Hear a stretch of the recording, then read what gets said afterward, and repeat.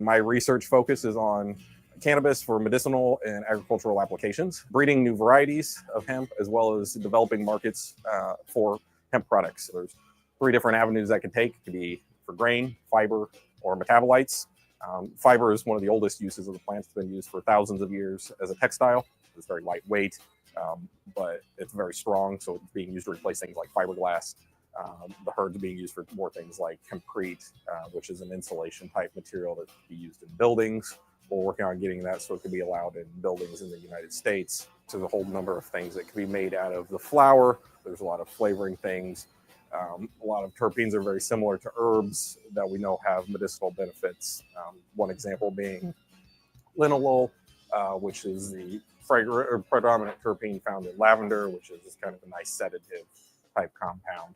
And so cannabis can produce this compound as well as other terpenes, and so that may impact the effects of the product as well. It's a food. There's different versions that are approved, formulations that are approved by the FDA for consumers. Those include hemp hearts, hemp protein, hemp seed oil. This is looking at the chemistry of the plant and helping us to find new uses. And so my work really ties around in understanding the plant, understanding the production, understanding the products. My work is beneficial for farmers because it'll give them multiple market opportunities to sell their crops by having more options available to sell it into. That'll give the growers a greater possibility of finding somebody to market their crop to, so it can then be profitable for them.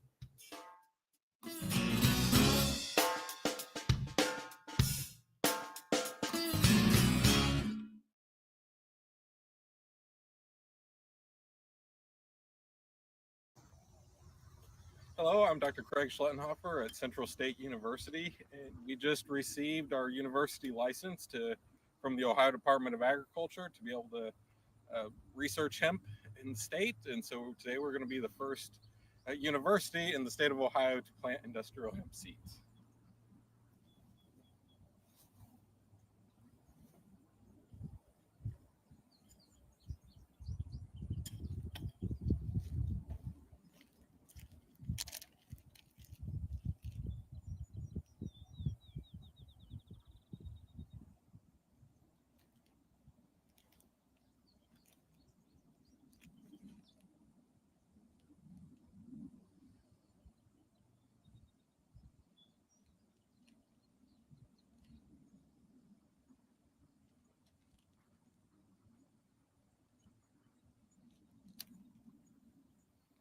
There we have it.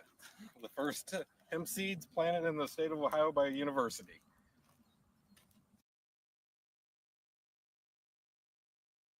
Some farmers across Ohio in a tough spot. They got permission to grow hemp last year as part of the first season of Ohio's hemp program. But turning what they harvest into products they can sell, that's tough to do right now.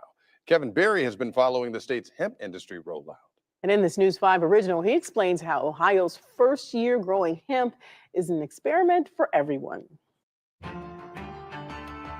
When we visited Paul Amoroso's farm over the summer, and we have some test ones, some of them are clones. The hemp plants he was growing on this small plot of land was a big experiment. Hemp and marijuana both come from the cannabis plant. The only difference is hemp has less than 0.3% THC, so it won't get you high. Ohio started allowing farmers to grow it outside last year, and Paul's experimental crop was all about trying to figure out what strands could grow in Ohio. That actually worked out really well because some of them really did horrible. He says about 300 to 400 of the 1,000 hemp plants he put in the ground weren't thriving in Ohio's climate. But that identified the strands that would be successful here, and that Paul and his business partner, Karen DeLuca, can grow for their line of hemp creams and oils. The problem in the Buckeye State is what to do after farmers harvest that hemp. There's not a lot of places to process it. The infrastructure is not there. The other businesses that you need to support it still are forthcoming. Processors turn hemp flower into products that other people can buy. But Paul says since Ohio's hemp program is so new, most processors are out of state and they're expensive, making farmers hesitant. They didn't realize how much money they would have to invest themselves to turn it into products. And that's not how most farming happen. Fewer than 200 Ohio farmers even got permission to plant hemp last year. The Department of Agriculture tells News 5 all but 30 put plants in the ground, but of the more than 2,000 acres where hemp growing was approved, farmers used only 630 acres. That's less than a third. And I think that there were a lot of farmers who were hesitant in Ohio to grow this year because they were unsure. That uncertainty makes it that much harder to make Ohio's hemp industry any stronger. So researchers at Central State University, just outside Dayton, are trying to learn what farmers would already know about hemp if it hadn't been illegal to grow it for so long.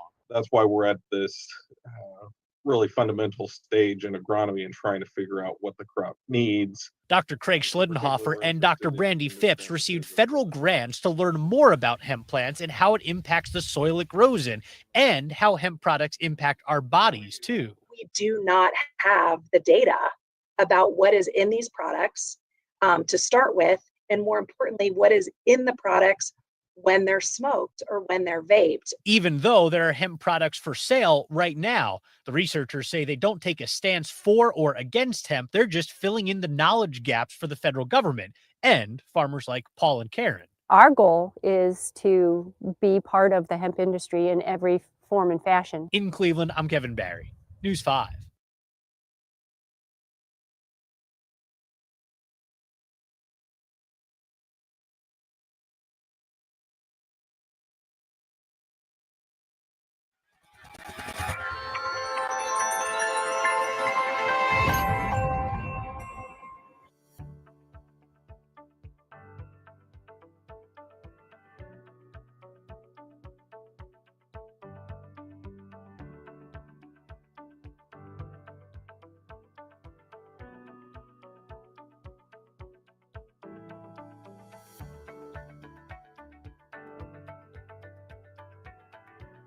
I'm Cindy Folk, and I am the program leader for agriculture and natural resources here at Central State University. I work with extensions, so my job is to take the research that we do here and take it out into the state of Ohio to help farmers.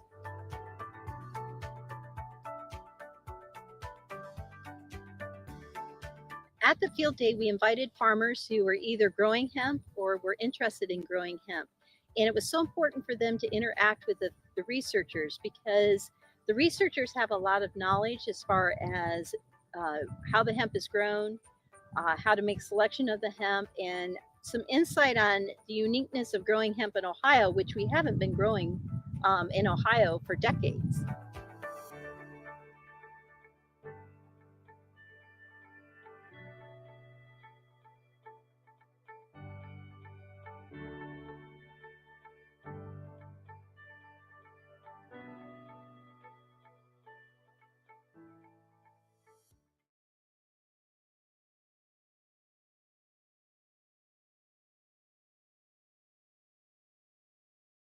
And then he was running the bike. He had a ball. Hello, I'm Craig Schledenhofer from Central State University.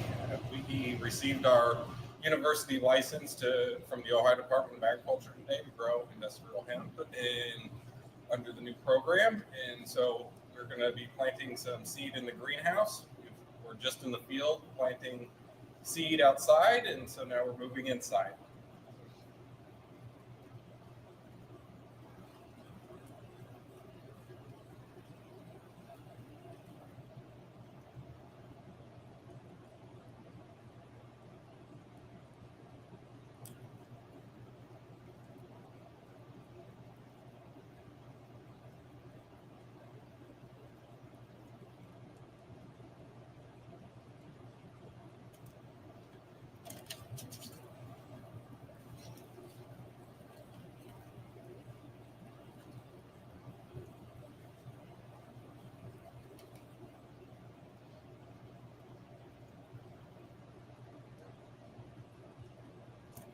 There we go.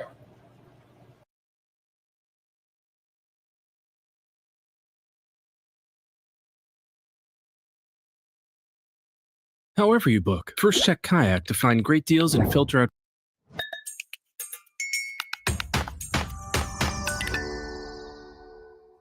My research focus is on cannabis for medicinal and agricultural applications, breeding new varieties of hemp, as well as developing markets for hemp products. There's 3 different avenues that could take. It could be for grain, fiber, or metabolites. Fiber is one of the oldest uses of the plant. It's been used for thousands of years as a textile. It's very lightweight, but it's very strong, so it's being used to replace things like fiberglass. The herd's being used for more things like hempcrete, which is an insulation type material that can be used in buildings. We're working on getting that so it can be allowed in buildings in the United States. There's a whole number of things that can be made out of the flower. There's a lot of flavoring things. A lot of terpenes are very similar to herbs that we know have medicinal benefits. One example being linalool, which is the fragrance. Franklin University makes it possible. Time has come, make a break from historical. I think the #1 goal of the Department of Agriculture at this point is education. Within minutes of the Governor DeWine signing Senate Bill 57, which legalizes hemp and hemp production in Ohio, the Department of Agriculture launched a new website, a new Facebook page, and has 6 telephones that are available to answer the community's questions about what is hemp, when can I consider growing hemp, what's the process for applying for a license, how as a university can I research this project. At this point, contact the Department of Agriculture. We will take your information. We will educate you as to the process, the rulemaking process, which will take approximately 6 months from today's date. We hope and anticipate that farmers will be able to grow hemp in Ohio next spring. But there's a process that we have to engage in to create the rules and regulations about how to go about doing that. The bill contained an emergency clause, which in effect requires the Food Safety Division of the Department of Agriculture to today begin traveling the state, pulling samples of CBD products off the shelves to test at this point for truth in labeling. Truth in labeling is that aspect of a product that claims it cures cancer, or a product that clearly looks homemade, such as some kind of a liquid in a mason jar. Those are the things that our department is authorized to embargo and go through an embargo process, even while the rulemaking process is still in place. And so in that regard, various states have created a certified seed program. This is where the universities will come into play, testing seed to one, make sure that it can grow well in Northeast Ohio or Southwest Ohio, but 2, to test for what we call hot, whether it's hot or not. We believe in the Department of Agriculture that we're going to create not a list of certified seeds, but a list of prohibited seeds, so that farmers are not going to engage in an expensive process of planting something that we know already is going to produce a product that is more than 0.3 THC, which by law we have to destroy. One of the most important partners that ODA is going to have going forward is law enforcement. So a big part of the hemp program is an IT program, a mapping process. A farmer who wishes to grow hemp will help us create a technological map of their farm, so to speak. That information will be shared by local and state law enforcement officials so that they know that that's a legal crop. As you know, hemp and marijuana look very similar in the field. So if you want to grow it, if you want to process it, the license is important so that we all work together. Any individual who is growing something that does not have a hemp license, we're going to presume it's marijuana, and then you're dealing with cultivating an illegal substance in Ohio.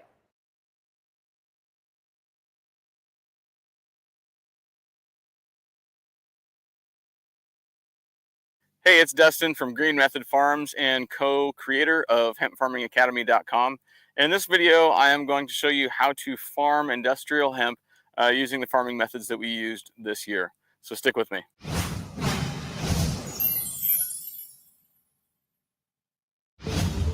First of all, I just want to mention that we've had a ton of fun this year farming hemp. It's a beautiful plant, and it's almost instantly gratifying to watch these things grow. So even though the plants mature over the course of 4 months here in Central Oregon, we have been planning this process over the course of more like 9 months since the beginning of the year, taking samples of our soil and getting those tested to understand the pH levels and also understand the nutrients within the soil.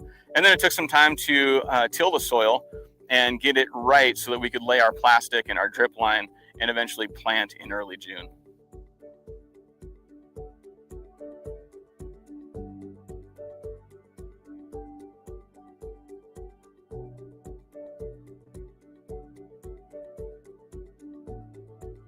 One of the things that you're going to want to consider when you decide that you're going to farm hemp is what genetics are you going to use. Not all seeds are created equal. For us, it was really important that the seed company had a good track record of producing really large, high CBD percentage plants, and also the high percentage feminization rate. Out of the 12,000 plants that we have here in this field, we've only found 5 male plants that we had to remove, which makes farming a little bit easier. And we know that we're going to be able to keep most of our crop and allow the females just to fulfill the genetic potential that they have. Once we decided on the genetics that we were going to use for this field, we began propagating the seeds in a greenhouse in early May. And during that time, that gave us the ability to be able to lay our rows and lay our plastic mulch and our drip tape and establish a nice, healthy, moist soil to be able to plant our seedlings in early June.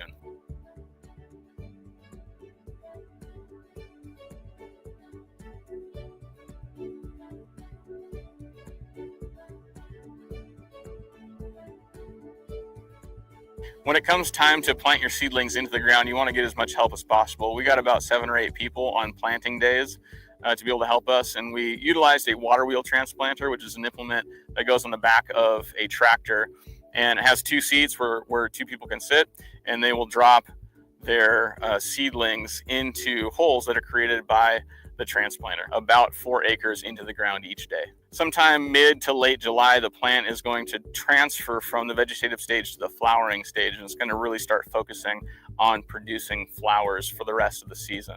And so you're going to want to switch up your fertilizer to be able to help that out, because the sun and the light schedule is telling the plant, hey, it's time to be able to bud. And so you want your fertilizer and your nutrients to be able to follow that schedule that they are naturally getting from the sunlight. When it comes to fertilization, we fertilized straight through the drip tape, right to the roots, as well as a foliar feeding. So at the beginning of the season, when we were foliar feeding, we just used a backpack sprayer, and it was relatively easy to be able to walk the rows and spray the plants. But as the plants got bigger, you can imagine spraying a large plant like this is going to take a lot of time. And to be able to do that over 10 acres, 12,000 plants, it's going to take, we figured it would probably take about 50 man hours. So my partner developed a new little mechanism, and he was able to put a sprayer on the back of a 3-wheeler and be able to go up and down the rows and spray that way.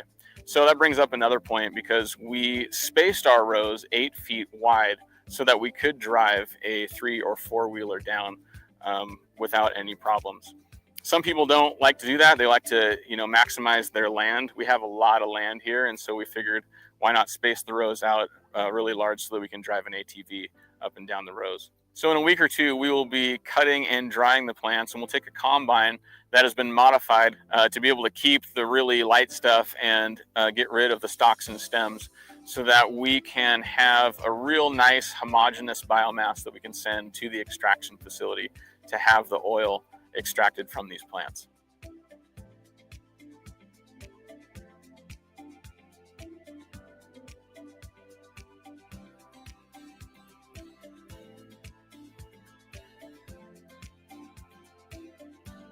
Something that you'll definitely want to consider before you decide to start farming hemp is the risk that's involved. Anytime you get into farming, there's certain things that are out of your control.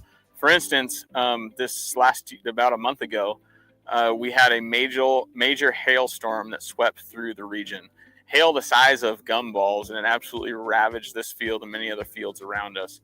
You can actually see some of the damage still on these leaves. Broke the stems, broke leaves. And luckily, it was about a month ago, so the plant had just started flowering. And after the hailstorm, I think the plant gave all of its energy to producing the flowers. We were fortunate because we still have something to show for it, and it looks like this crop has not only survived, but it's thrived.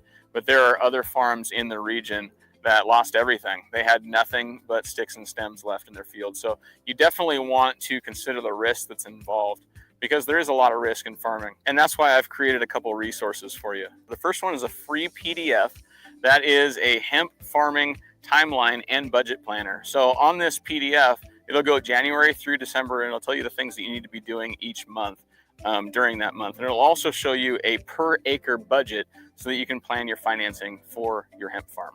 All you have to do to download that PDF for free is just click the link in the description, and that'll take you to a page where you can download the hemp farming timeline and budget planner. The other resource I want to offer you is called Hemp Farming Academy.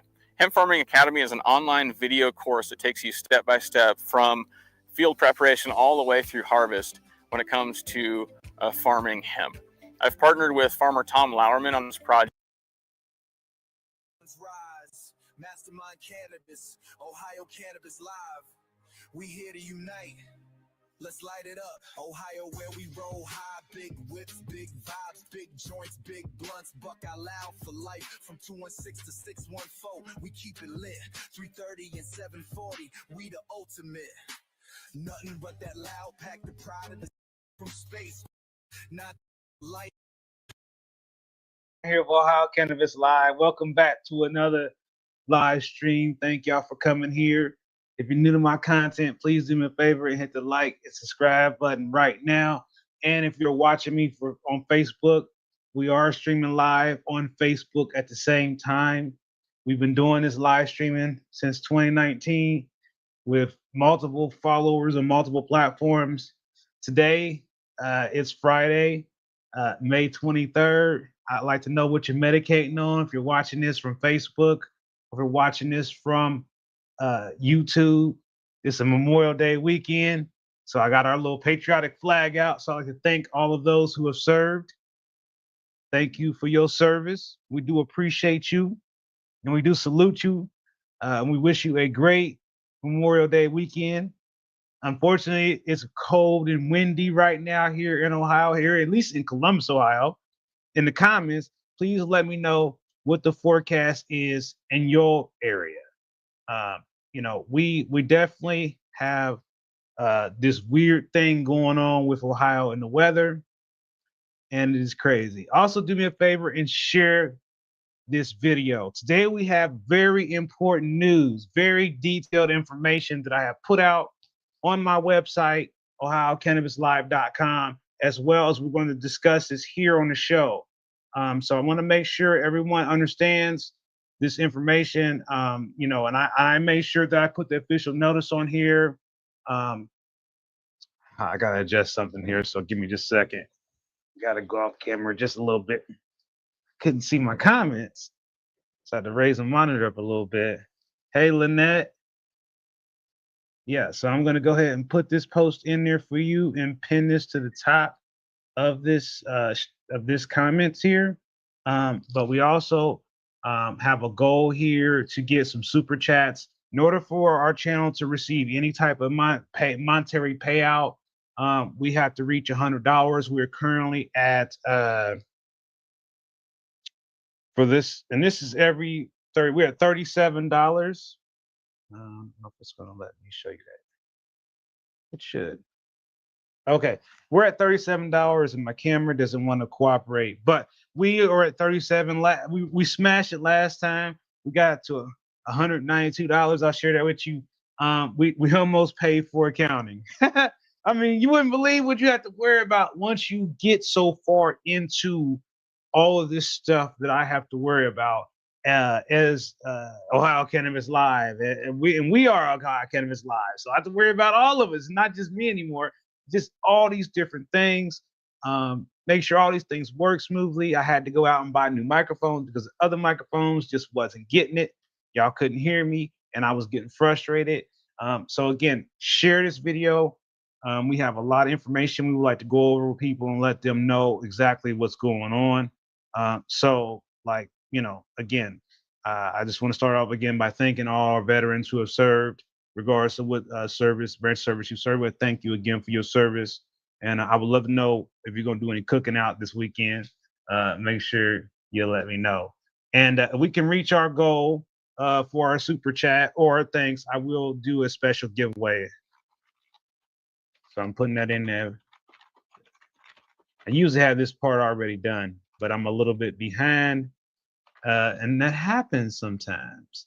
So let's get right into today's show and what we're going to be talking about. What's the headline for today?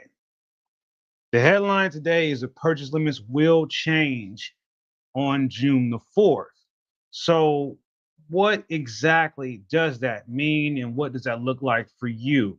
And so what we're going to do is we're going to try to go over it best we can here.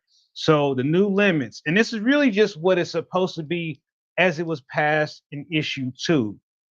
And this was 2.5 ounces per transaction, per day or per transaction. I'm not sure if they know exactly how this is all going to play out. If it's going to be completely where it's just one purchase and they say, oh, you max out if they come back tomorrow, or if it's going to be kind of like it is up north. I still can't wait to see exactly how this all pans out. But as it stands right now, and according to the notice that was provided to me, it's going to be 2.5 ounces of dry cannabis plant material per day. That's for vaporization read only. I don't know what that's supposed to mean. But then also, this is the one that kind of mind boggles us all. 15,000 milligrams of THC per day of non-plant products. So this includes edibles, tinctures, and vapes. So an example was given here is that a consumer purchasing one 500 milligram vape cartridge and 100 milligram gummy pack will only be at 600 milligrams of the daily limit of 15,000 milligrams of THC. It's in the game. So I want to know your reactions to this. Is this good news? Is this bad news? Is this what you've been waiting on? I mean, most people might not know this, but the daily limit right now, the way it was set up, was only that recreational consumers can only purchase 1 ounce per day. This is now being upgraded to what the law we voted for called for, which is 2.5 ounces per day. The possession limit remains 2.5. So if you're running around with more than that, you still could run into a problem depending on where you get stopped at. If you get stopped with more than 2.5. So this doesn't mean that you should go out and re-up and then get you 4 of those and be riding around with 4 of those in your car, because that could be a bad day for you if you get stopped. So remember, although you could buy 2.5 a day, you should only be riding around with 2.5 and no more. Plus, you can still be riding with the 15,000 in other things. 15,000, y'all. Y'all been complaining, man, but I'm just saying. I heard that the stuff you can do now might even be more than we can do up there. Imagine that.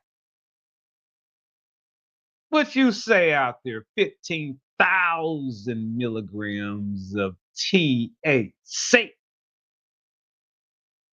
I just want to know. Hey, Captain. It means that you are supposed to smoke just vape. Yeah, but we know how that goes. Under the recreational law, combustion of plant material is permitted, not prohibited. But if you're a medical patient, it still remains prohibited under House Bill 523, which needs to be amended to allow for medical cannabis patients to be able to consume. So now we are all double agents here. That means that sometimes you're a medical patient and sometimes you're a recreational patient. So when them pre-rolls drop, you're going to be a recreational consumer, because pre-rolls will not be available to purchase as a medical patient. So that means that when you buy pre-rolls, you will be paying the recreational sales tax on top of that. So that it's crazy, right? So, it's win some, lose some type deals. Ohio Cannabis Live celebration and garage sale at my house. More details will be coming as we work this out. We're thinking July or August, somewhere in there, depending on how things are moving. What are we celebrating? Well, we already reached 800,000 on YouTube alone, but we do anticipate that we could potentially, with your help, reach the 1 million views. And if we do the 1 million views, I just don't quite know yet what I might do. So you better find out. We better stick around and find out if we can. We are already at 822,000 as of the last time I looked. So that means we are less than 200,000 views away from reaching a major milestone for Ohio Cannabis Live and reaching 1 million views. So this is a great milestone that I could not have achieved without you. Now let's talk about the garage sale. So over the last several years, I've had to buy things that I thought I needed, and bought things I don't need. And I'm also a collector. So the things that you might find at a mastermind garage sale are antiques, electronics, plants, all kinds, because my girlfriend has lots of plants that she's always peddling around. So she's got some really cool plants. So if you're looking for succulents or things like that, you might be able to find those here. And we'll be celebrating. So there'll be something here to eat. So there will be refreshments. There'll be some music. I do believe we will have a DJ here. That's right. And for those who have been to my house, you already know somewhat how that all began. Yeah. That's a great question. So basically probably around 2016, 2017, I started to learn that we were going to eventually have medical cannabis in Ohio. And that's when I started to communicate with my doctors as far as my being able to use medical cannabis in exchange for reducing the amount of opiate pain medication that I was taking at the time. So what I was trying to demonstrate is that cannabis could be used to help, alleviate the need for extensive amounts of opiates. The doctor that I was working with at the time, he believed in what I was trying to show him. So, I went ahead and basically did that and ended up, reducing the amount of opiate medications I needed to take. But what I also noticed back when we finally started our program, I had my medical card since 2018. They didn't have any dispensaries in 2018. But when they did open the first The one, OG card, he got the first. yeah, I got my card before they launched any of the dispensaries open. But I was there when they opened the first dispensaries, and I was able to give that information back to some doctors as far as the experience and my comparison to, legacy cannabis versus what was being sold in the dispensary. And at the time, then it was a horrible thing. The prices were crazy, and they only Yeah. had 4 dispensaries that day, so it was not the best situation. And also, people were afraid to buy these products, thinking that they might be some kind of pharmaceutical chemicals in them or something like that. So, I decided to create some type of maybe not, I don't want to say public service number, but you might call it that, where people being able to see exactly what this stuff looks like and, get some insight, somebody actually trying it out and seeing, is it actually working or is this just all sales and tricks? And I think I was able to demonstrate on more than one occasion that this stuff does have medicinal value for some people, maybe not everybody, but there are a lot of people I think have been able to find relief in using cannabis for medicinal purposes. And it's also been a great way to bring people together in a variety of different ways. So all I've been doing since maybe 2019 is doing these live streams every week, trying to get people the information, because right now it seems like the news media can only give about 30 seconds and they're done with it. And it takes a lot more than 30 seconds a day to deprogram all the stigma and all the negativity that has been associated with cannabis. So So I fun feel fact like, about the 30-second rule that you're talking about. My bad, I didn't cut you off. Most no worries. companies, when you have a copyright, you can only use 30 seconds before you have to pay for something.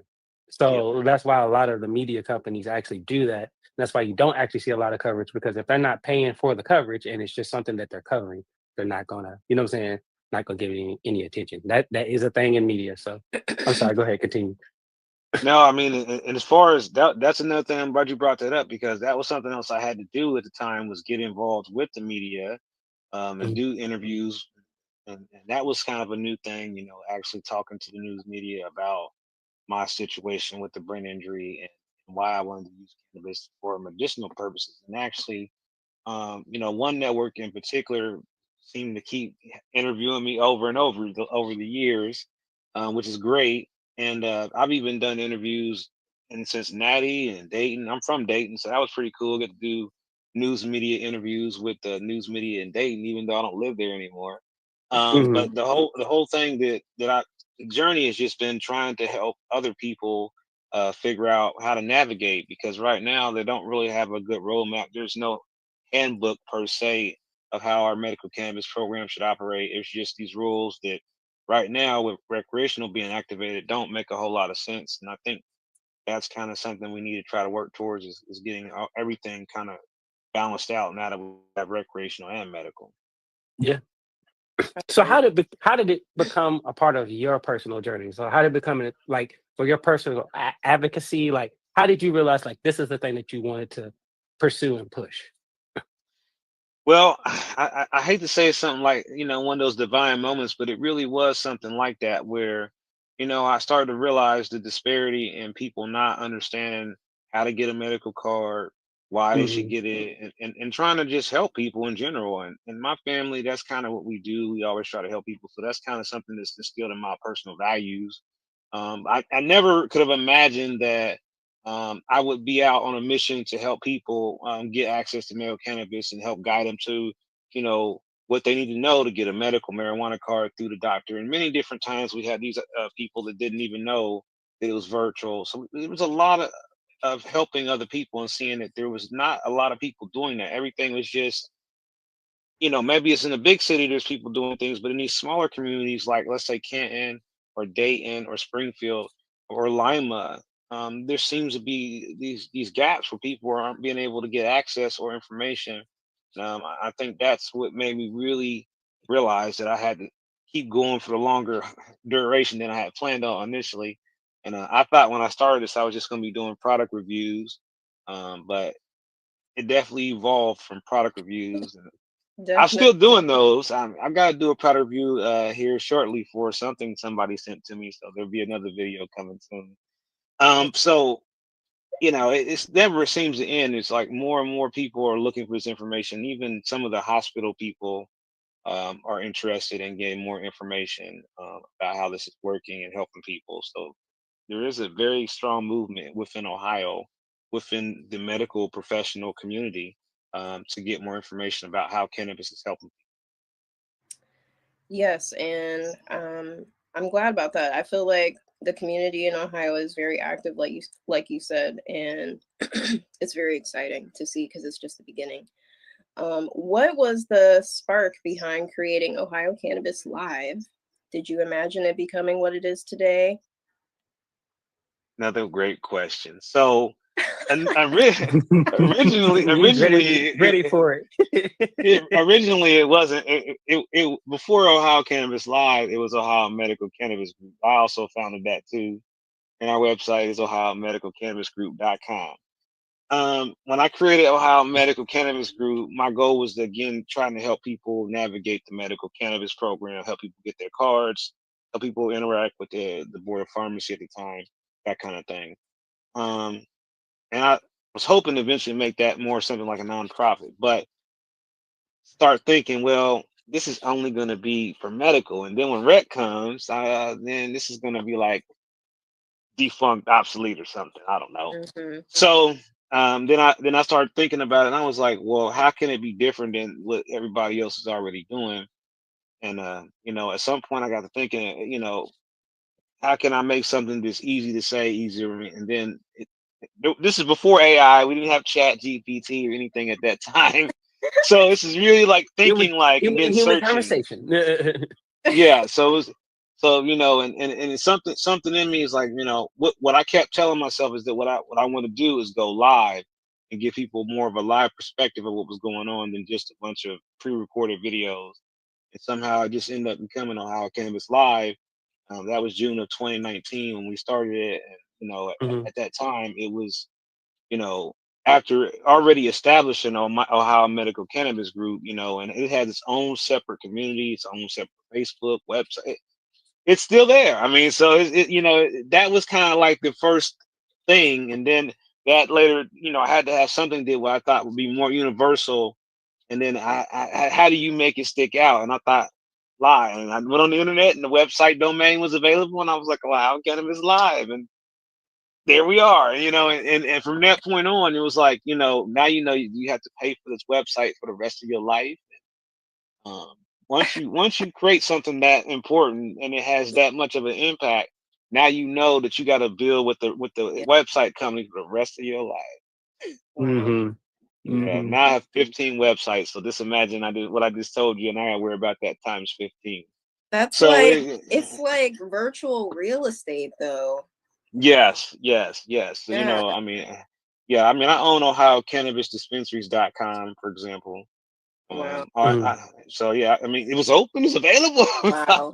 And then Yeah. nobody I buy it. mean, if you got Yeah, the I mean, opportunity, why not take it? You know what I'm saying? And if it's for a good cause, why not take it? You know what I'm saying? well, yeah, I Because mean, people looking for this information, and trying to create some type of resource for people to find these things. And there's a lot of information on OhioCannabisLive.com, and it actually links to OhioCannabisDispensaries.com, so you can kind of like just go from one site to the other. But the whole thing right now is that people are still afraid of getting in trouble, and now there's this new legislation that they want to put out here that would have these new criminal penalties and basically make it illegal for things, and people Yeah. need to know these things are happening. And that's why we did a town hall in Cincinnati this past weekend, and we're doing another town hall on May the 7th in Columbus at the Metropolitan Library Auditorium. And we're hoping to get some more people to come there. Especially, we invited the people who are part of the Judiciary Committee that's taking up this House Bill 160 that will basically make everything miserable for cannabis consumers and businesses as well. And we're hoping they just do like last time. They just make everybody get all nervous, and then at the end they just kind of don't just die. don't do nothing. It's just like, all right, whatever. That's Yeah, yeah. crazy. That's what happened last year.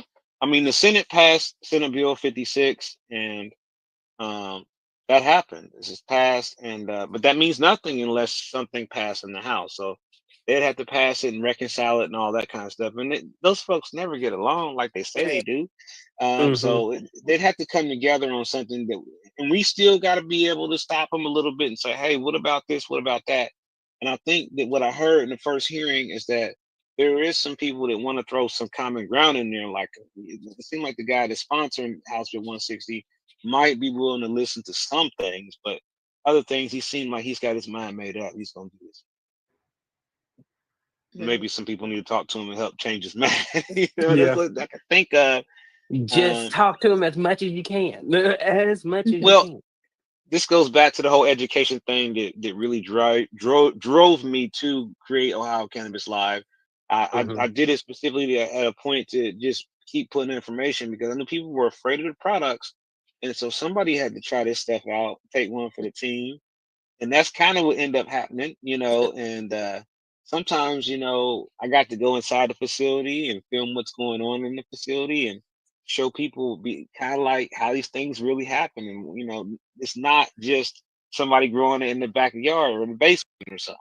Yeah. So I Right. think that's important, and one thing we have to keep telling people all the time is that these companies that run these dispensaries and everything, it's costing millions and millions of dollars to run this stuff because the state is inflating so many different fees and charges to make it work, and it's just a big money racket at this point. Yeah. And Yeah. we need to get some of that money, and they're trying to take that away. 36% of that money is supposed to go to social equity to help people get licenses for growing Right. it and operating the dispensary. I mean, somebody could literally become vertically integrated, but if they take that away with the House Bill 160, then it's not going to happen. It's almost like they want to make sure like bigger companies, bigger corporations can come in and basically take from the little guy. Like if you go outside sources and then you just bring them all in, that way you have more control, which would suck because like I always talk about this with Bree. Like I really like Athens, and I always talk about this with Ann. And going there and seeing their culture around weed and like how it's centered there. But like you need places like that. It's like Kentucky, like bourbon here. You need places like that where you can have a craft kind of culture thing. So yeah, 100%. I understand that.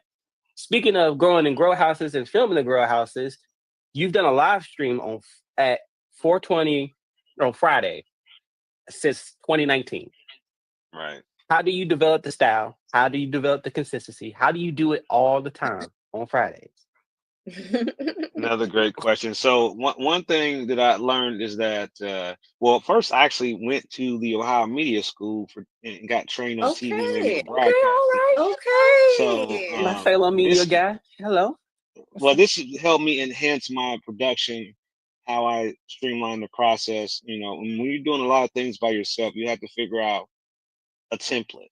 Yeah. And that's really the basic answer to your question is how do you stay consistent is develop a template that has all of your graphics. This is the same thing that the news media does. All their graphics are templates. They can just go in there and change the language, change the text. Template stays the same. Every time you watch the news, their logo and how it's structured in the corner will always be the same because that's part of their template. And so once you develop a template and you just put in whatever new pieces in those templates, then you don't have to do this every single time. It's a little bit easier to get these things to run smoothly, and then just figuring out, what's the best time. And then once you got your time set, people expect that you're going to be live. I mean, some people, pre-record a video and then they release it as a premiere or something like that. But what I have found is that people are excited to be on a live stream and excited to engage with the influencer or whoever they're talking to.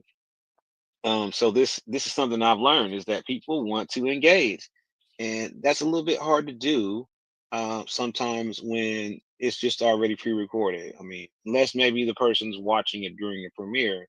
So that's another thing I learned is going live is a really important part of the social media experience as opposed to just doing pre-recorded content. Hear you. Yeah, I got you. So with your knowledge and your expertise, right? All the background you got. Let me know, like, what's the best tips that you can give your audience that's listening now, and your audience that you're aiming for. What's the best tips and tricks that you can give for them to always remember as they're growing their brand or growing what they're trying to do? I'll give you one of the best tips, man. Make sure you have a lawyer and an accountant. When you don't have a lawyer or an accountant, and you need business insurance. These things are crucial to your operation, any type of operation. If you get involved in any type of endeavor that involves more than just you and a few people, you better have some kind of insurance in case somebody gets hurt, and you better have a lawyer on deck in case you need help. When it comes to a logo and a website, these things are very important to figure out at the very beginning because, if you pick a name and you say, "Oh, this is my show X" or whatever it is, you haven't researched to make sure that's not already registered with somebody else on the copyright protection, then your name is never going to be something to stand out. Like I had to make sure that there wasn't already an Ohio Cannabis Live, for example. Once I knew that, then I knew that I could use it, and I continued to make sure that no one tried to register for that. But once you build a brand and you have multiple channels and everything, then you start looking at these brands like they're assets now. They're not just an account. The more brand accounts you hold, those become assets. And it's important. Somebody starting out, everything got to line up. Like I couldn't be Ohio Cannabis Live on Facebook and not be Ohio Cannabis Live on Instagram or X. It's still all Ohio Cannabis Yeah. Live everywhere. It's But some got people to correlate it's the all same. three. Yeah. So each time you're building a brand like that, everything has to sync. So you have to make sure before you jump out there and build your brand that you have those key things in place, because once you know what the name of your company is going to be, you know nobody else is calling their company the same thing, and then you know what your website's going to be. You've got your lawyer and you've got your accountant, because your accountant is going to help you stay on track. Because if you're not on track and somebody asks you, well, how much money you bring every month, you're like, Let me go look at my. I need to my account. No, you go call your account. Hey, how much money did I make last month? Real simple. But these are things you have to work into a budget. That anything that you do once you get ready to really get into this type of content, this type of work, you're going to have to pay for licenses for equipment, and there's lots of money involved. License, the editing software, and those kind of Yeah. programs, and even cameras. Yeah, I look at a lot of different programs, and like I said, I think that there's so many different ones depending on what you want to do with them. So the person needs to be able to be willing to learn on the fly. Yeah, I used to use Adobe, so I switched over to DaVinci, and it's like a whole new other language. So Yeah, I'm familiar with DaVinci. I like DaVinci because it's less expensive. You got a free version. Does a Mhm. lot of the same editing that Premiere does do, but I still got to pay. Yeah, Learned it in yeah, school, so in design and Illustrator. That's it. That's all I keep. You know what I'm saying? But like the rest of it, you know what I'm saying? I'll go to DaVinci because I think it's nice. So it's pretty cool. gotcha. Mhm. Understand. All right, Uh, so go ahead, mhm. Bree. I was just gonna ask one thing, but I'm sorry. Am I skipping you? My bad. No, no, you're good. I was just trying to make sure. I was gonna pass it to you, but you're good. Oh, you passing it to me. I was gonna pass Okay, it.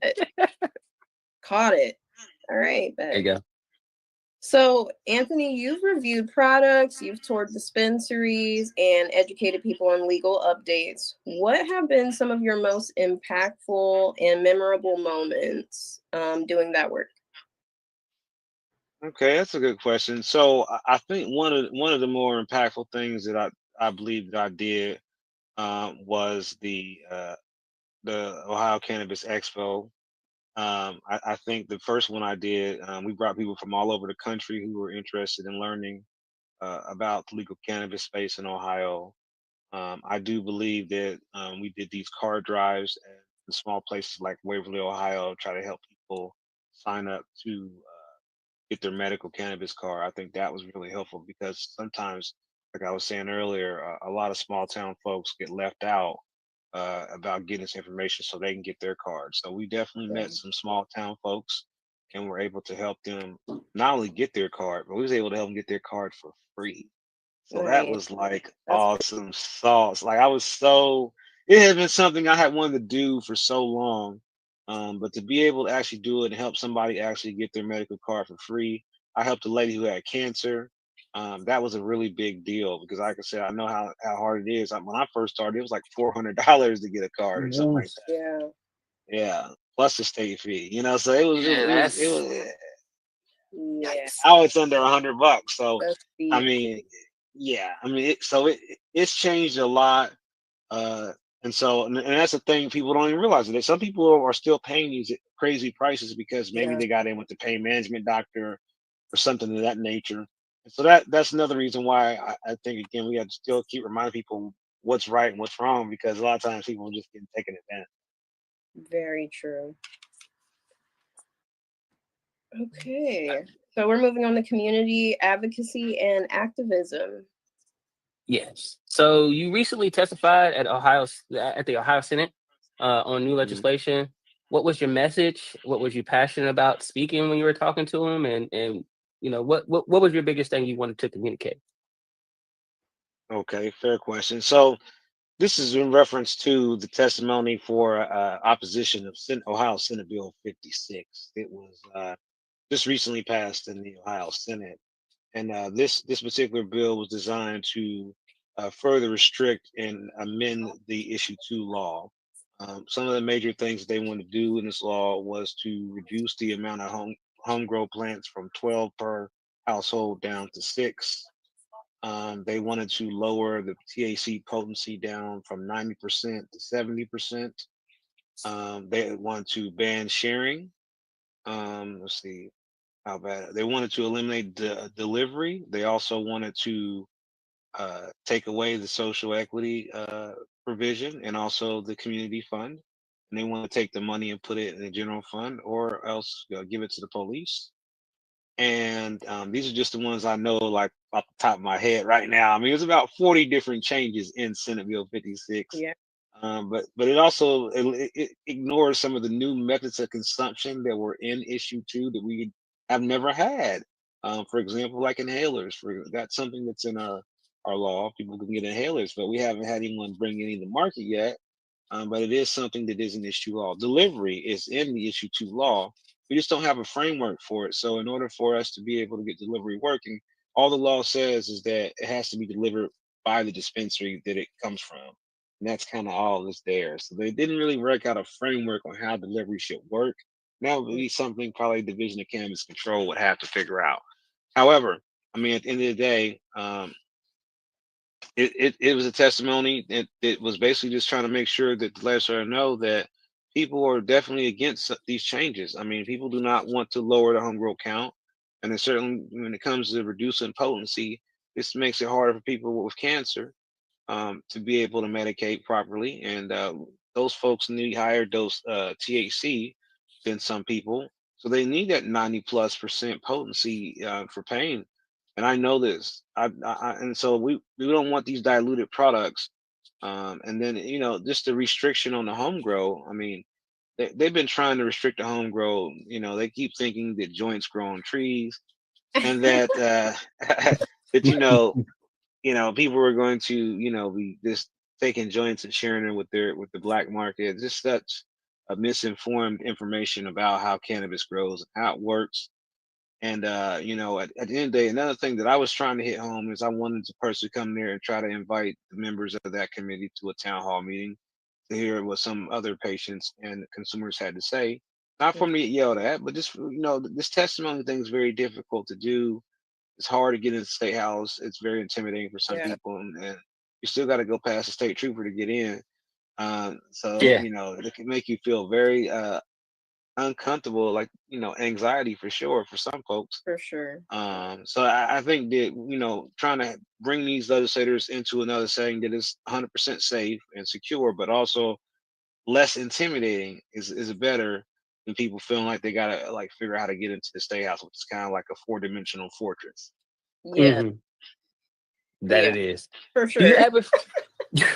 it's Kentucky's like that too. The cabinet here, it's like walking through a military zone. Like you got checkpoint upon checkpoint upon checkpoint. So I can see where it could be like, hey, bro, like I'm a little nervous about what's going on with everything around here. You definitely see it. Do you feel heard in these spaces? Do you feel like your message is getting across? Some of your advocacy has actually made a difference, like in any type of aspect of something changed or anything that has been, proposed? Well, I think that not just with me by myself, but with many others, filling that room up with people who are against it. When they see the crowd opposition, when they see the entire galley, whatever they call it, fill up Mhm. with opposition, it's not just my voice, but the veterans. We had so many different people, stakeholder wise, and people who were just concerned citizens who were against these Senate Bill 60. I mean, it definitely wasn't in the line with the will of the people of Ohio and what we voted for as far as issue 2. So I do think that not just me, but many voices together collectively over a period of time starts to wane on them because they know that all of it's being recorded and everything these people are saying and how they're saying it is being presented in the most professional way. And nobody is doing anything disrespectful. So when you have that kind of dynamic where people are saying things that are very sensible, reasonable things, and they're just trying to ignore. It just makes them not look so hot, like when they have people being there and being very passionate about not just what they Right. believe in, but what they know. So that I feel that. For sure. So, as a disabled American, how important has accessibility and representation been in your work in cannabis education? Well, I mean, it's really important because, like I said, I mean, I know a lot of other people who are disabled for many different reasons, and I know some other people who have traumatic brain injuries, and they're always trying to figure out what's going to work for them and what can they afford. And right now, people are just really fed up with these high prices, and they're trying to figure out, should they take the risk to go all the way to Michigan? And there's just so many things happening right now. People can't really even fathom what's legal and what's not. And that's one of the things that I'm trying to help fix to help people understand what exactly is legal and what is not. Yeah, and that's really valuable, like, I'm sure to a lot of people because I know I come across people all the time when I tell them that I work like in the industry and stuff. They just have no idea. Like they have no clue about like what they need. They don't realize they can just walk in, like still, even now. But I remember my first time. especially before rec, but like even still now after rec, like people don't realize all they need is their ID to come in, like just Yeah. simple things like that. So I remember my first time I went into a dispensary, I was lost because there was just so much.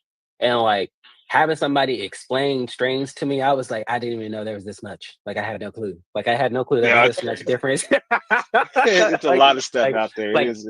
can I just come in the back and hang out with y'all for a little bit? Like I just want to see it all. But like at the same time, it was just like I didn't even know there was that much science that went into it. I didn't know that there was different types that would help with certain types of pains. You know what I'm saying? Like the fact that I got all that information and that going to a dispensary is well worth it. So I think these like establishments are great. They're good. They're good places. You know what I'm saying?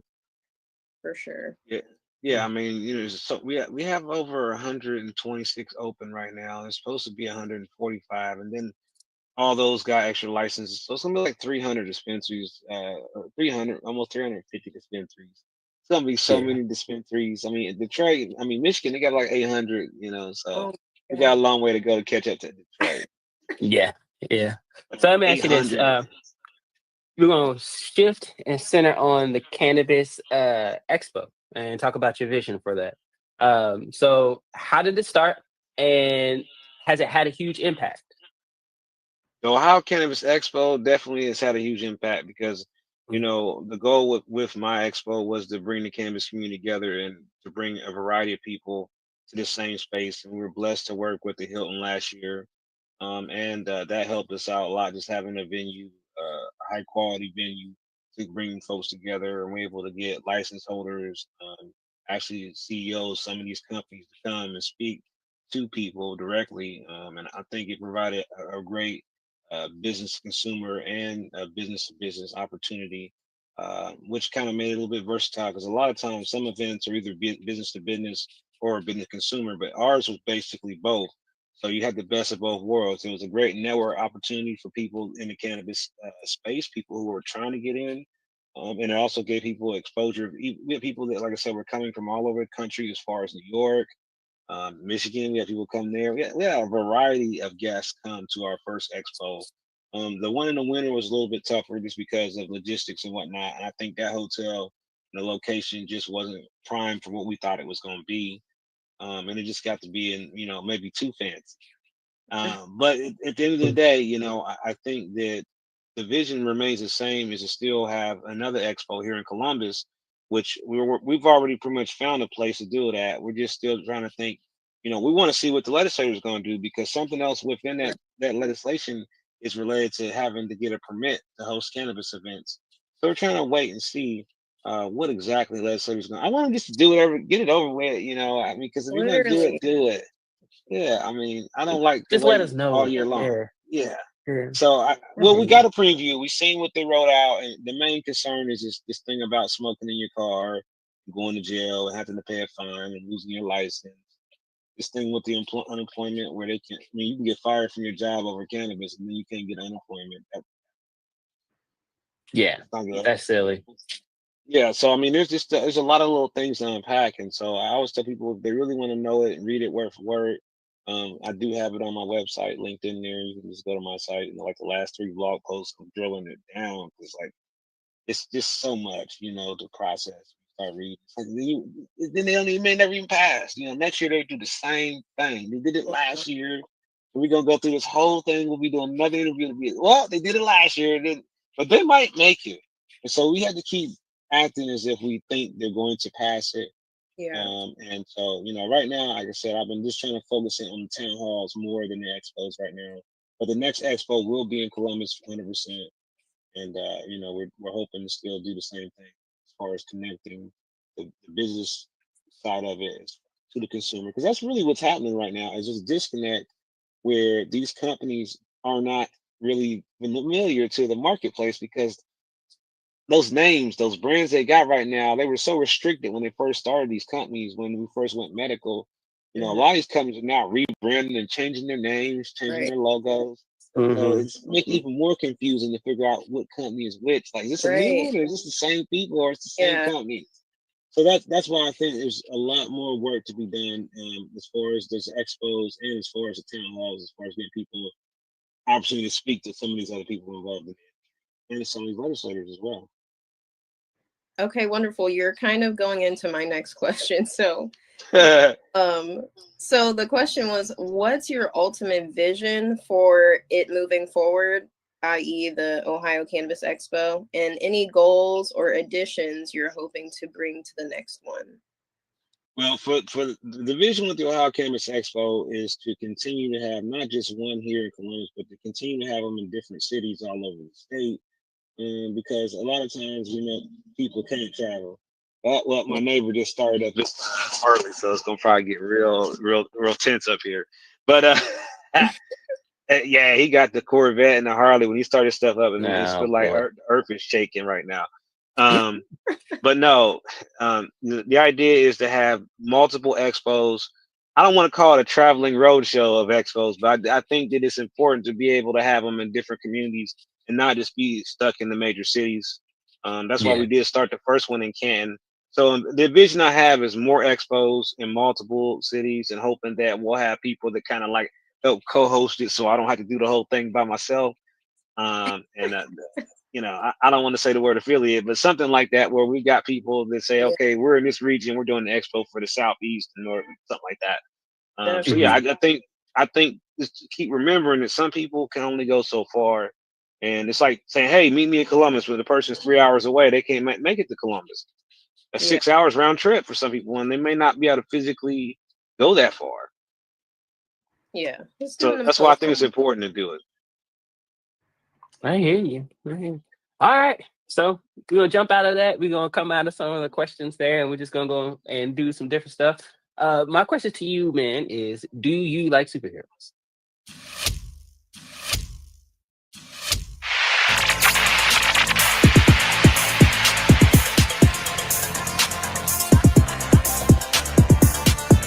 Or do you like something creative? Like, if you can see behind me, this is my segment. We do what's called Will's Corner.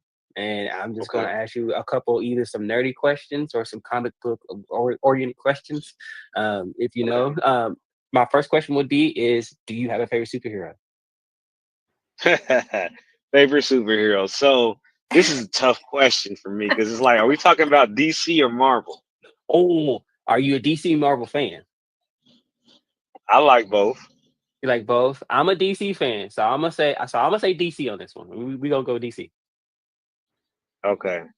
All right. So DC. If we're talking DC, then I'm gonna say it's gonna be the Flash. It's the Flash.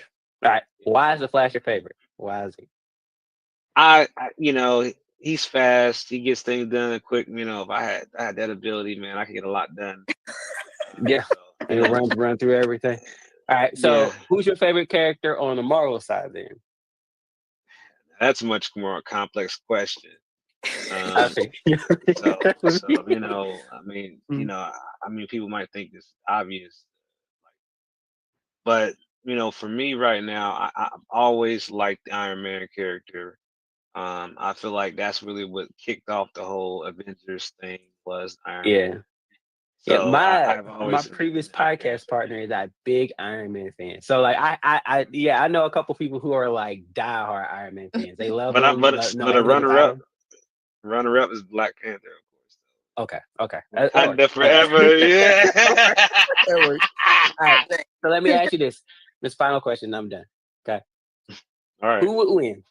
Would it be the Flash or would it be Iron Man?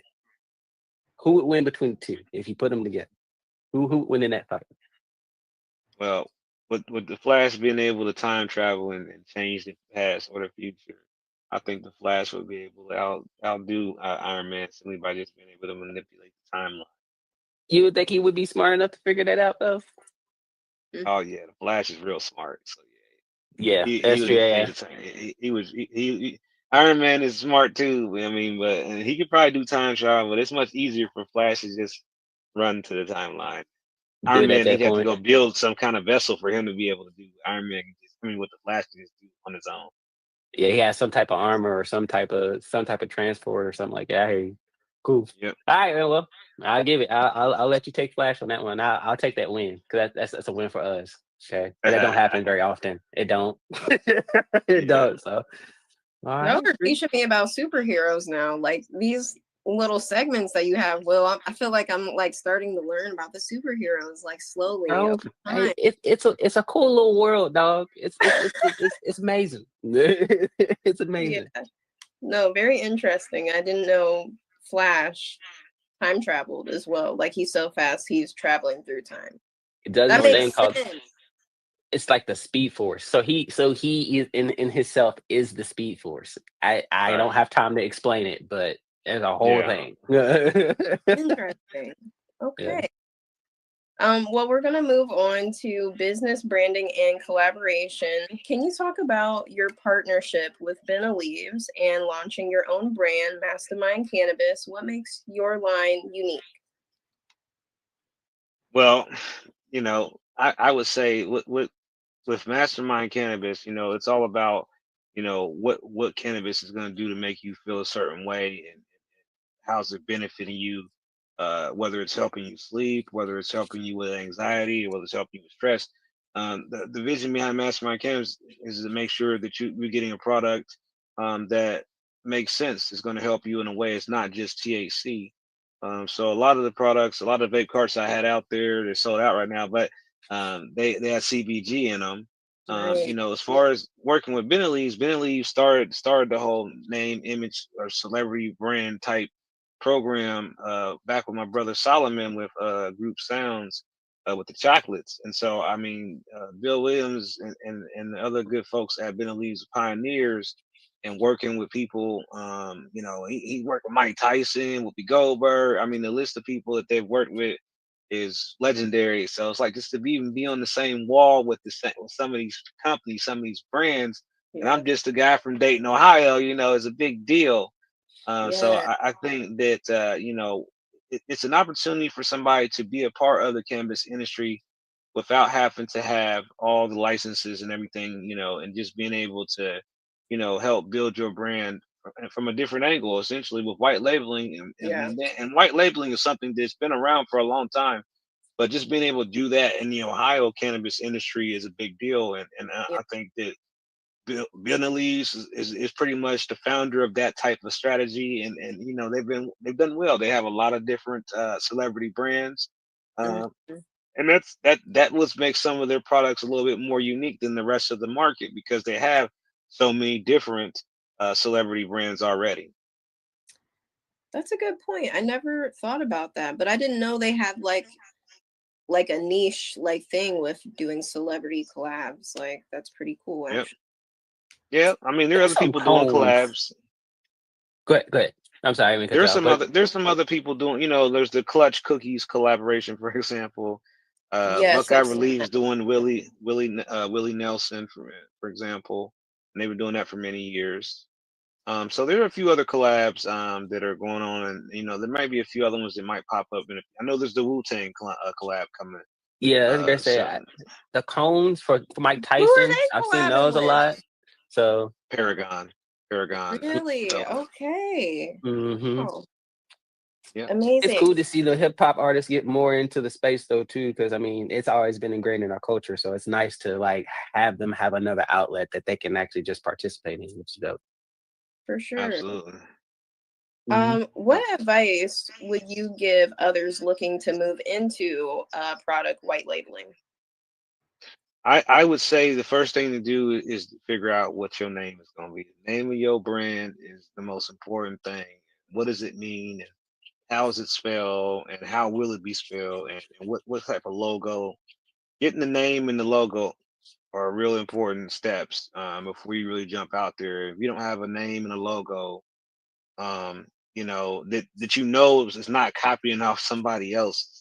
Right. That's the other part too. And there's so many people we think alike. We don't realize that we use the exact same graphic, it's just like the template to make my hat. You know, I mean, there's many people probably use the same template, but it doesn't. It's still different because of how I made it and I changed it, modified it to my own likeness.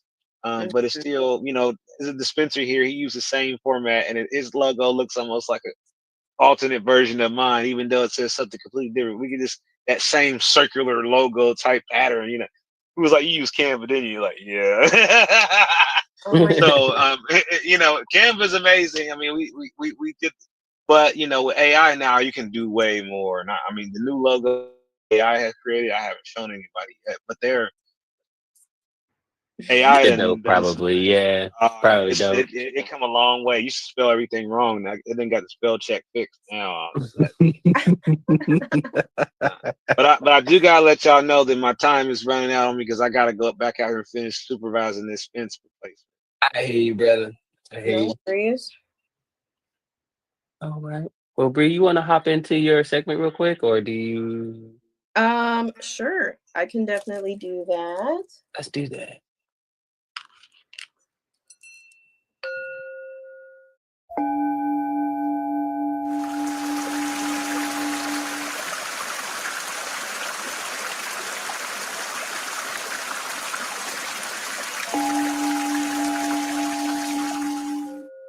There it is.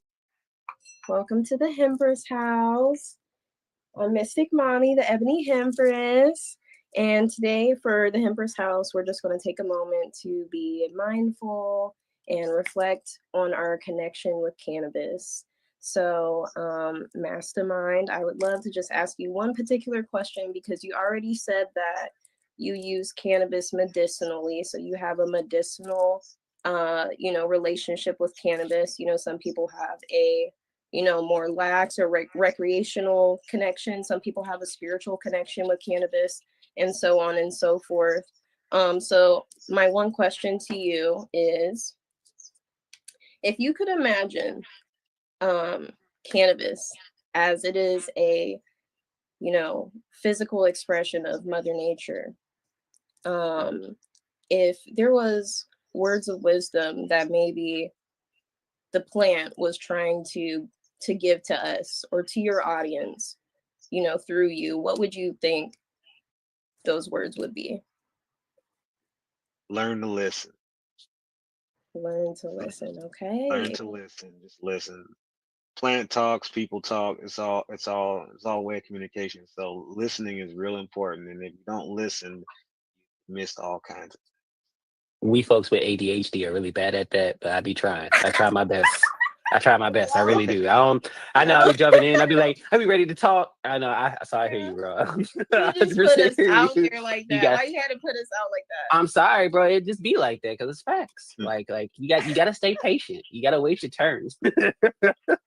Yeah, I've had to learn to listen to a lot of things. Sometimes they're not things I want to listen to, or things I'm not happy about. But I learned that this listening makes the whole world of difference for a lot of people. Yeah. I love that. Okay, wonderful. So are we going to move on, or are we just going to let Mastermind go because he's on a time crunch? Or He's on a time frame, so we can just wrap up on this last section. Let's do the last section, number 8, and then that's it. We're out. Okay. Let's do that. Okay, so mindset, health, and moving forward. So you've been through a lot, but you talked about determination and keeping an open mind. How do you protect your mental health and maintain that drive? That's easy. I do this live stream every weekend. That's part of my whole mental health treatment plan. Talking to people and connecting with others like both of you here. This is part of my medication regimen. Yes, no, I can definitely resonate with that.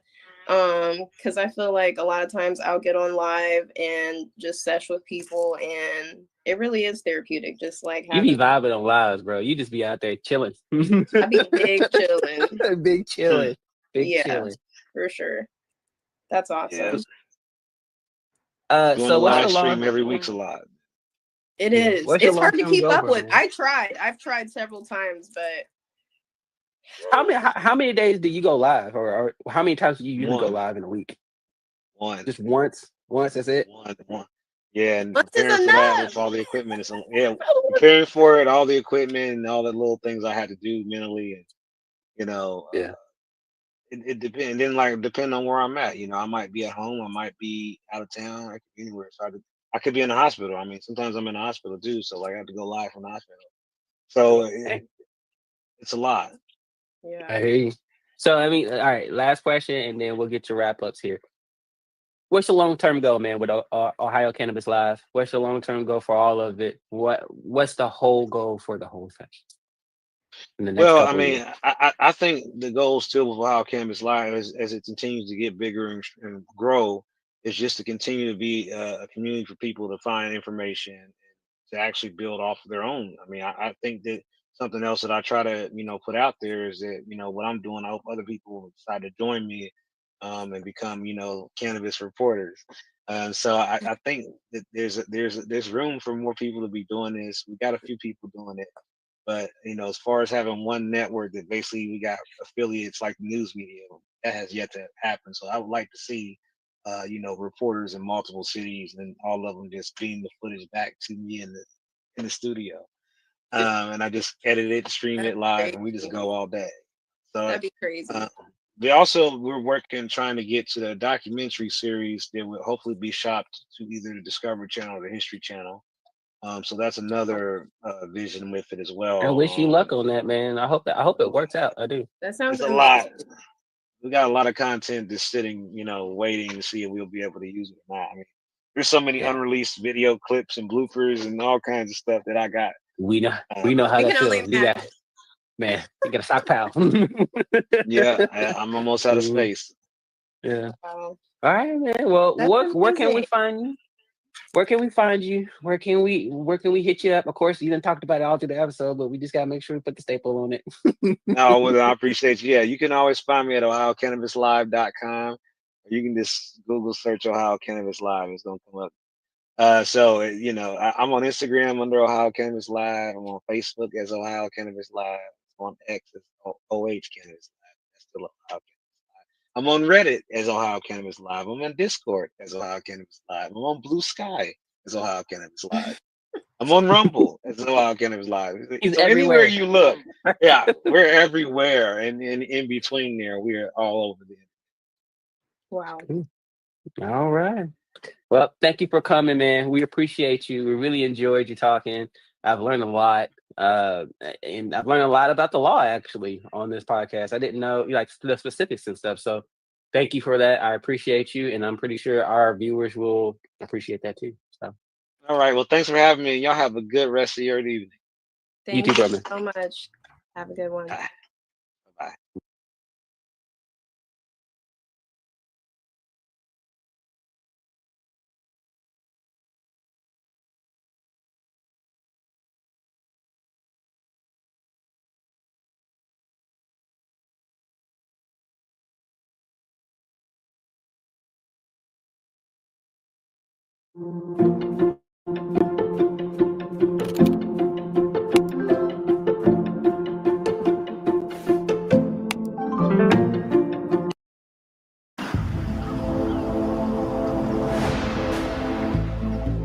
There's a new inmate at the federal. How that all began. Yeah. That's a great question. So, basically, probably around 2016, 2017, I started to learn that we were going to eventually have medical cannabis in Ohio, and that's when I started to communicate with my doctors as far as being able to use medical cannabis in exchange for reducing the amount of opiate pain medication that I was taking at the time. Well, for 3 months now, Ohio has seen an increase in marijuana sales. The state has made more than $130 million. And though there has been continued growth, Ohio still lags behind other states, including Michigan. NBC4's Brett Mills spoke with some local dispensaries about what they believe is keeping them from catching up. Since August 6, Ohio has seen exponential growth in the sale of recreational marijuana.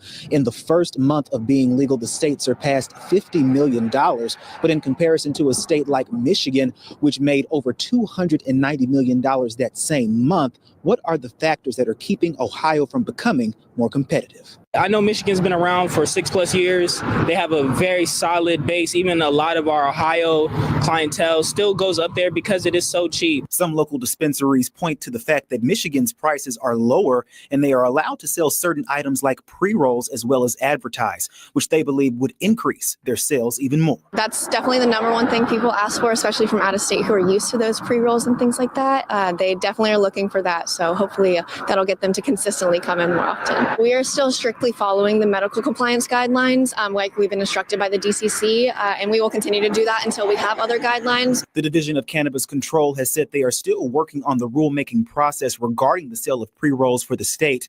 Though some dispensaries note that over time prices in Ohio will come down, they still urge customers to keep their business here instead of traveling out of state. That money you're spending on the gas, the extra $40 to $60, you could definitely put that back in your bag and you'll make up for it, whether it be taxes on the adult use side or, extra flower or vapes for you on the medical usage. Businesses thrive and survive on their community. So to keep the money local allows us to also support other local brands and businesses. And the DCC has not given a specific date on when new guidelines will be released. Local for you, I'm Brett Mills, NBC4.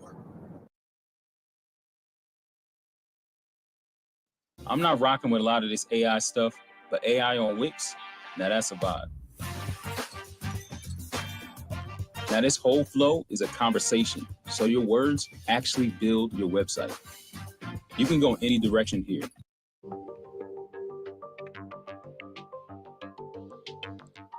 It has been now more than 3 months since Ohio legalized recreational cannabis sales.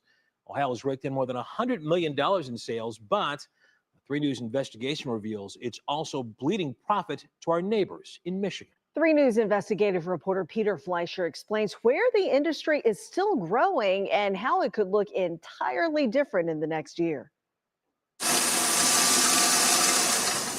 At Benelieve's Columbus headquarters, there's plenty of green to go around, but not the type Bill Williams used to work with. I was selling canned vegetables before I came here.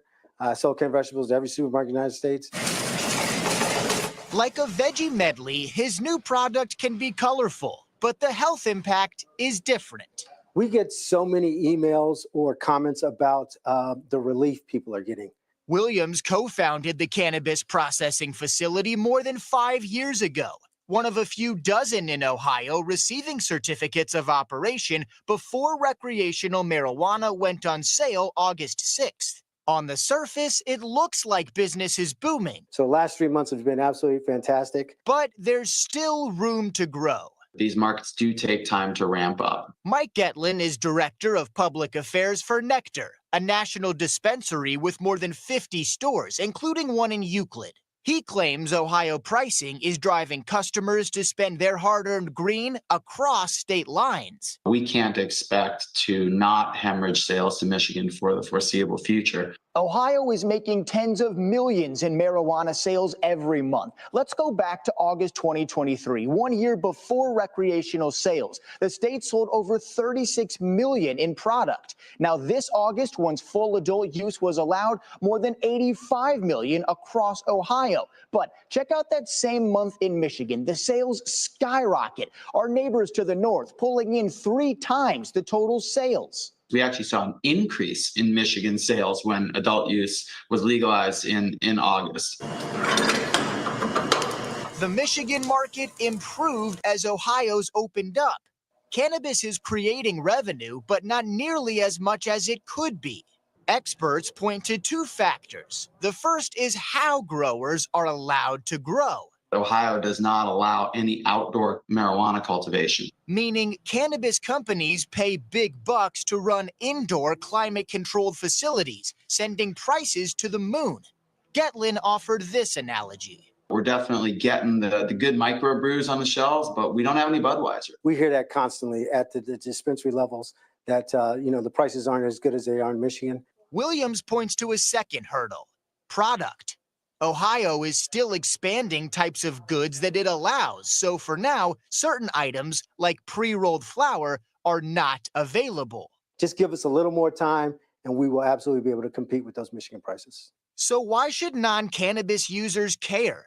The state's inefficient rollout could be costing taxpayers major money. Every sale includes a tax that goes directly toward creating jobs, funding municipal projects, and substance abuse treatment. If the state loses out on tens of millions in sales each month, that hurts everyone's wallet. I think you're really going to start to see cities not only appreciating this, but competing to draw in highline dispensaries in the future. Within the next year, Ohio lawmakers could operate and regulate the industry differently, leading to better pricing and profit. But they understand that it's here, and they understand that if we're going to do it, we're going to do it right. Benelieves is already seeing benefits from recreational sales. The operation is expanding, up over 30 employees and offering new inventory. When you think of that roller coaster, I feel like we're still on that climb up, and you just hear that tick, tick, ticking sound. As Ohio's approach evolves and Williams enters his 6th year in the business, he's finally ready to throw his hands up and enjoy the ride. It's great right now. It's going to get better. For 3 News, I'm Peter Fleischer. And according to the state's Department of Commerce, Ohio has now sold more than $2.1 billion worth of marijuana since the start of medical marijuana sales back in January 2019.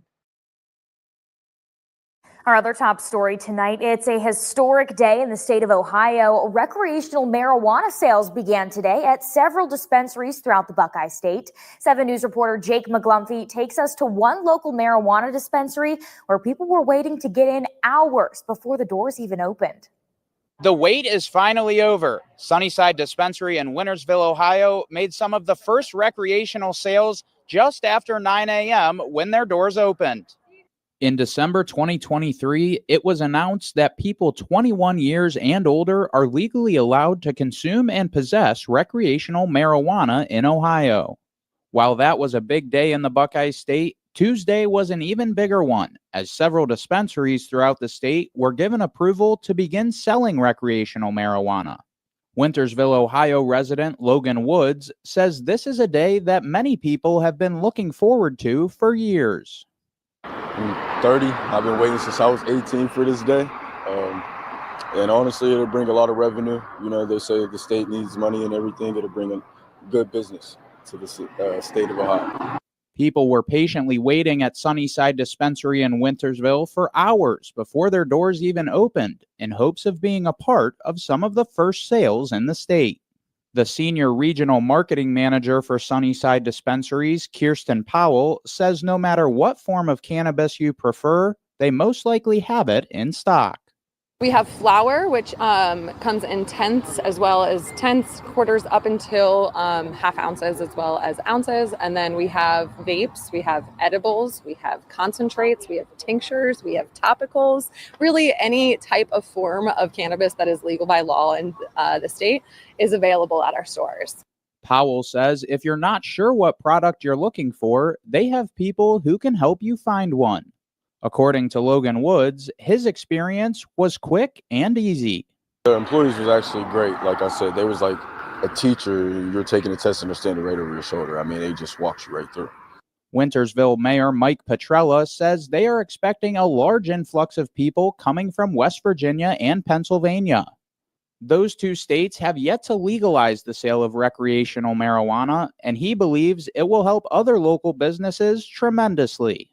There's always a ripple effect when you have a lot of traffic coming into your small town. So you'll see other businesses get, business from this and the traffic flow that's coming in. It's prosperity for everyone. With people in and out of the store all day long, the team at Sunnyside Dispensary is looking forward to seeing more customers in the coming weeks. Sunnyside Dispensary is open every day from 9 a.m. to 9 p.m. Reporting in Wintersville for 7 News, I'm Jake McGlumphy, working for you. However, in Euclid, lawmakers are trying to rewrite a state law that voters approved 2 years ago. NBC4 State House reporter Natalie Fahmy is here to tell us about this effort. What are you learning? Carrie, Rachel, it is a lengthy bill, and it's not the first time lawmakers have tried to pass something like this. This one makes nearly 50 changes to the recreational marijuana program that only got off the ground about 7 months ago. I think this is another slap in the face. Ohio lawmakers are taking another look at the state's recreational marijuana laws as approved by voters in November 2023. The voters passed issue 2, and that is clear. But I do believe it is incumbent upon us as a General Assembly to make sure that we put some common sense guidelines and guardrails in place. The bill proposes 44 changes to the existing law. One would decrease the legal THC limit by 20%. It's like concentrated orange juice. You don't drink concentrated orange juice, you're going to dilute it down so that it's a reasonable amount. That Senator Reasonable amount. So that it's a reasonable amount. That's orange juice. You don't drink existing law. One would decrease the legal THC limit by 20%. It's like concentrated orange juice. You don't drink concentrated orange juice, you're going to dilute it down so that it's a reasonable amount. That's Senator Steve Huffman, sponsor of Senate Bill 56. His bill also includes the elimination and defunding of the Social Equity and Jobs Program. With social equity, what's the best way to achieve that? The bill also prohibits any person from owning more than 8 dispensaries, prohibits the possession of marijuana other than homegrown or from an Ohio dispensary, does not allow anyone to receive unemployment benefits if they are fired for using marijuana, and bans smoking in public. It is focused on the combustibles because you can smell it and people find that offensive. If you can smoke a cigarette walking down the street, you should be able to smoke marijuana down the street as far as I'm concerned. Plus, tax revenue goes up from 10% to 15% on purchases. And instead of that money being divided 4 ways for things like abuse and addiction services, the bill would funnel it all to the state government and give lawmakers control of how it's spent. We should spend the money now and be fluid in the future on where the money's going to end up going. There's no way that I'm going to let all this money go to GRF funds when the voters clearly didn't want that. The bill also limits the number of dispensaries allowed in Ohio to 350. Right now, there are 128 certificates of operation. Coming up on NBC4 at 6, I tell you about the one provision some lawmakers say needs to be added to the bill or they won't get on board. It's a big day for all of Ohio today. For the very first time, adults purchased recreational marijuana in the Buckeye State. Across our area, people lined up in the heat just to be among the first to buy it legally. And our teams have been out there too, getting answers to the questions that you sent us. And that includes WCPO 9 reporters Andrew Rowan and John Matarese. Andrew has been following the rollout since voters legalized it 9 months ago. He's live at a dispensary downtown. Andrew, first day of sales. What are you hearing from folks out there? Craig, it is 5 o'clock right now, but across Cincinnati all day long, it has been 420, the unofficial holiday for pot smokers. Dispensaries knew today was going to be a big day for business, and it delivered. Lines like this one all day long across Ohio, with patients in line who said they cannot believe this day has finally come. Ohio's high time words can't really describe how it feels to be able to have this here. Has arrived. Finally, it's legal for recreational. I've been waiting for this day for a long time. Jeff Reedy waited outside 12 hours overnight just to be the first to purchase at Sunnyside Dispensary in Oakley. I want it to feel like a celebrity. After a 9-month regulatory process, 98 Ohio dispensaries opened their doors to anyone over 21. Are you a first-time shopper today? I am. Well, welcome. I'm happy you're here. For customers rolling with the times, What are you looking to purchase today? Some weed. A whole lot of meant rolling with the lines. long line. We done been to one, so we're gonna go to another one. They got plenty of them around. The CEO of Forest Dispensary in Mount Carmel said it takes time to explain what's available. On average, each person is at the register for maybe 10 minutes, talking through what their interests are. I don't like being that tired. I like being active, energetic. Blaine, a former medical card holder, looked up the menu online first. Everything is pre-packaged with a safety seal. This is a vape cartridge. This is also a vape cartridge. And then this is some flour right here. No matter where you go in Ohio, you'll need to pay in cash or debit. Credit card isn't accepted. You need a valid driver's license or passport, and just a happy attitude. The Buckeye State, blazing a new chapter. It's been a long time coming. We're just ready to get the day over with and get everybody their product. Have a good day. Thanks for coming in. Now, we have been taking your questions on Facebook and Reddit all day long. We have brought them to dispensaries. We're going to have answers to your FAQs coming up at 6. Reporting downtown, Andrew Rowan, WCPO 9 News. Okay, we'll see you then, Andrew. Thanks. So let's go now to WCPO 9 consumer reporter John Matarese. John, you looked into pricing. What did you learn? Well, Tanya, many people are wondering about how much they will have to pay for recreational marijuana in Ohio. And on top of that, how much you'll be taxed. The answer, it's not cheap. Well, you'll now be able to buy up to 1 ounce of dried marijuana plant known as flower or 10 packages of edibles. Bloomberg says the average purchase should be around $50, but that's just a start. You have to then pay sales tax of just under 6% plus a marijuana excise tax of 10%, bringing the total tax to 16%. But that money then goes to support police, fire, and other local services. And I saw one little tiny town with, I want to say 15,000 people, was able to buy a brand new $800,000 fire engine that they desperately needed with cannabis tax revenue. And that's certainly good news. Now, this rollout of recreational marijuana comes the same week as Ohio's sales tax holiday. But the tax holiday does not apply to marijuana, nor does it apply to alcohol. So you will have to pay that 16% tax. So the bottom line here is, yes, you have to pay tax on marijuana. It doesn't get the tax holiday, and it'll be a lot more tax than you're used to at 16%. But remember, you're helping local police and fire departments in towns and cities that really need that extra income. Tanya?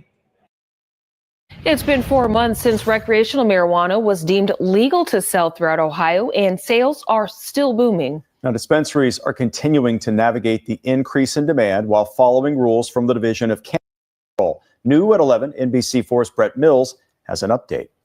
From a higher number of sales to keeping up with new guidelines, the Ohio cannabis industry has a few pros and cons, according to some dispensaries. In the past 4 months, we have seen a huge influx in our increase of demand. We have been able to service the community with a lot of hot deals, a lot of hot specials to bring them in, to also increase the cart to buy other premium items that are for sale. Some local dispensaries like the NAR Reserve have seen roughly 3,000 to 6,000 new customers since August, noting the need to consistently have product on hand. But they shared that the price of products is still an issue for some customers, along with other factors. We've heard a lot of positive and negative feedback. People want cheaper weed. They want to be able to have that convenience of paying with debit cards and credit cards and cash. And they do want the, lenience of just walking in, not having to show their ID. But they also appreciate us that we're able to provide in the first place. Dispensaries are also currently at a standstill, waiting to see if the sale of pre-rolled joints or certain advertising and marketing tactics might be approved in new guidelines from the DCC. But there is one rule that is currently hard to adapt to. Our gummies are also going to be 10 packs. There are no more high dosage. There may be a difference in our home grow as well. It's to be determined. But those small changes do affect a lot on both sides medicinally. So we'll see what happens. It affects that person that actually needs a higher dosage. In a statement to NBC4, the DCC said, quote, "The division's proposed rules set the THC for non-medical edibles at 10 milligrams per serving and 100 milligrams per package. As part of the rule drafting process, the division researched the approach taken by other states in this regard, and 10 milligrams per serving is squarely in line with what other states have established for their non-medical programs." And over the past 4 months, adult use cannabis has accounted for about $200 million worth of sales. Local for you, I'm Brett Mills, NBC4. Ohio's cannabis industry is booming, with residents spending more than $2.5 billion on recreational and medical marijuana in the past 9 months. However, many Ohioans are still finding cheaper products over the state line in Michigan. In our big story today, we're going to take a look at marijuana sales in Ohio and where the money is going in the state. We're also comparing it to what's going on in Michigan and why weed in Ohio remains more expensive than in the Great Lakes state. Plus, a new THC drink is gaining popularity, but experts worry about the lack of regulations. Recreational marijuana is our big story today.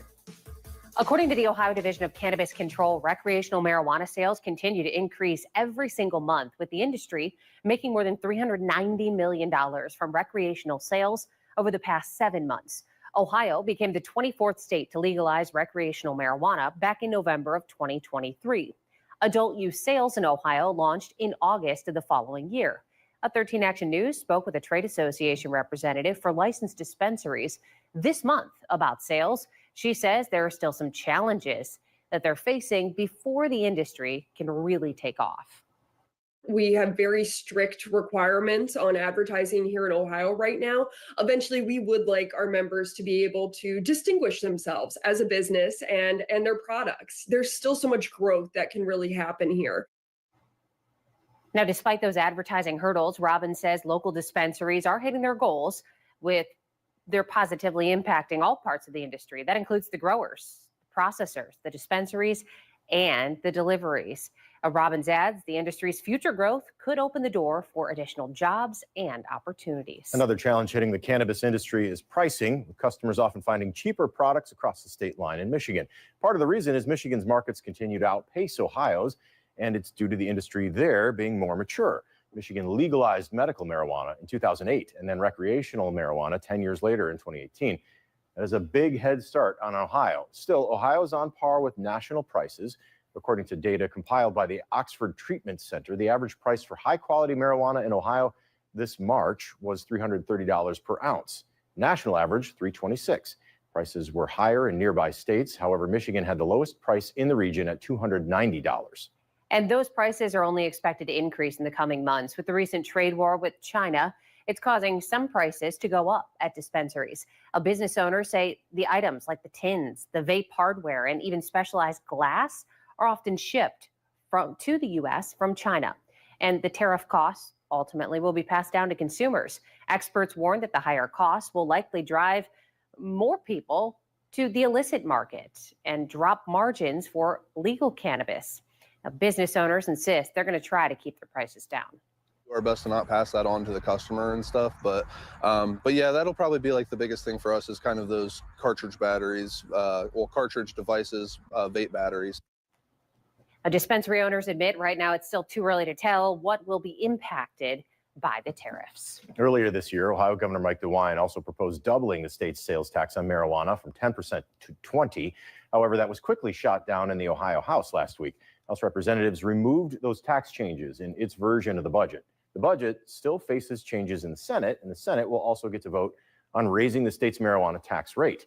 Governor DeWine has to sign the budget by midnight, June 30th. Meanwhile, Ohio lawmakers also taking action against Delta 8 and THC. It comes after law enforcement all across the country started sounding the alarm about more children being rushed to the hospital after accidentally eating a THC candy or a gummy. The gummies, they have packaging that looks very similar to popular products that might already be on store shelves. Think candy. The products are unregulated because they aren't made from THC found in marijuana plants. Instead, lower doses of THC, known as Delta 8, pulled from a hemp plant, and it was legalized by Congress back in 2018. The Delta 8 industry, now a booming business, and it's often marketed as a way to get a quote-unquote gentle high. But health officials and police are warning that could actually be misleading. And now Governor DeWine is pushing for stronger regulations on Delta 8 products. If I'm a teenager, it can get me high or impaired to the point where I can no longer safely operate a car. And if I'm not careful, these products can make me sick. Federal officials, as well as some regulated marijuana and CBD manufacturers, are also pushing for Congress to tackle the issue. Last year, a bill on Delta 8 did go through the Ohio legislature, but it did not make it to the governor's desk. A new bill has yet to be introduced this year. THC beverages, meantime, are exploding in popularity, projected to become a more than $4 billion industry by 2028. However, there are some concerns about those as well. ABC's Ava Pilgrim has the story. Ooh, that's really good. They're the latest craze, flavored seltzers, but instead of alcohol, THC. These are favorite. Mother of two, Bree Giglio of Dallas, Texas, says she turned to THC drinks to help her relax. It takes off the edge. It helps like calm me down. I feel like especially as a mom, you have like 8 million things in your head all the time. She says she prefers them over alcohol. They're but instead of alcohol, THC. Expected to become a more than $4 billion industry by 2028. However, there are some concerns about those as well. ABC's Ava Pilgrim has the story. Ooh, that's really good. They're the latest craze, flavored seltzers, but instead of alcohol, THC. These are favorite. Mother of two, Bree Giglio of Dallas, Texas, says she turned to THC drinks to help her relax. It takes off the edge. It helps like calm me down. I feel like especially as a mom, you have like 8 million things in your head all the time. She says she prefers them over alcohol. There are no hangovers. I'm not dragging the next day. The number one growing demographic is the soccer mom between 30 and 45. THC seltzers are popping up around the country, everywhere from gas stations to liquor stores, even in states where marijuana sales aren't legal. The reason? Under the federal farm bill, hemp-derived THC, called Delta 9, is legal nationally as long as the plant has a THC content of 0.3% or less, allowing beverage makers to use those plants to make drinks. The Coalition for Adult Beverage Alternatives, made up of several popular THC seltzer brand manufacturers, is actually pushing for more regulations on their products. How much are these regulated? It varies state to state, so it is a little bit of the Wild West. We have about 18 states right now that have current regulations in place where they are regulating hemp at the state level, very similar to how alcohol is being regulated. The majority of states have no regulation, from age restrictions to quality control. Some experts worry about the potency.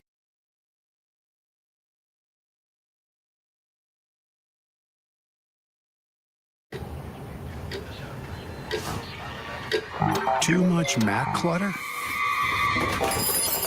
Creativity can't find the space?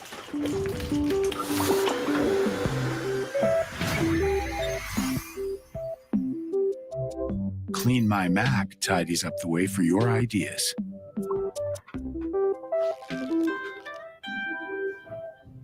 A vacation with Norwegian Cruise Line is so much more because there's more included. Like unlimited drinks, followed by amazing meals, plus free Wi-Fi. Oh, hey, Mom, I gotta go. I love you. Experience more with Norwegian. On 1,100 acres in the middle of the Arizona desert, only one set of buildings rises above the horizon as far as the eye can see. We started construction well before the CHIPS Act came along, and that's in April of 21. This recently completed $3.5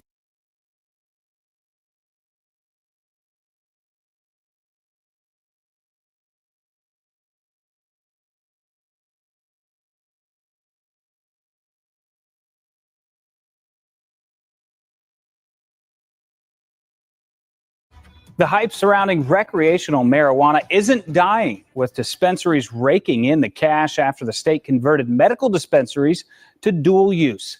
Thank you for joining us for NBC4 at 11. I'm Kyle Beachy. So how are some of these dual use dispensaries handling the influx of customers while making sure the medical patients are a priority?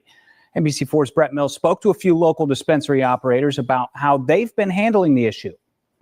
It's only been 17 days since dual-use dispensaries got the green light to start selling recreational marijuana, and the impact of that decision is being felt. We're seeing like 4 times the amount of people that we were seeing, maybe more than we were before. Stores like Locals Dispensary and the NAR Reserve have seen an increase in customers over the past few weeks. And though they feel they were prepared for this surge in clients, they've had to adjust in certain areas. Before we were restocking, depending on the vendor, maybe once every 2 weeks.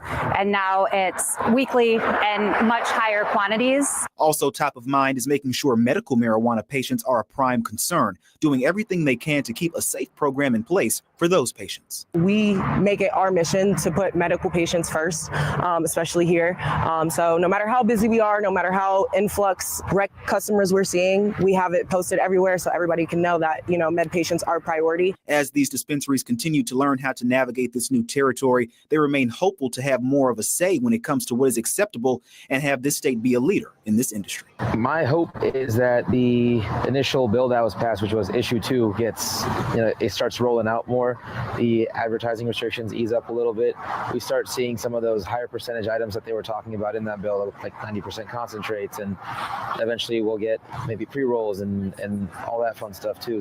And those new rules for non-medical use marijuana are set to take effect on September 7th. That's according to the Division of Cannabis Control. Local for you, I'm Brett Mills, NBC4.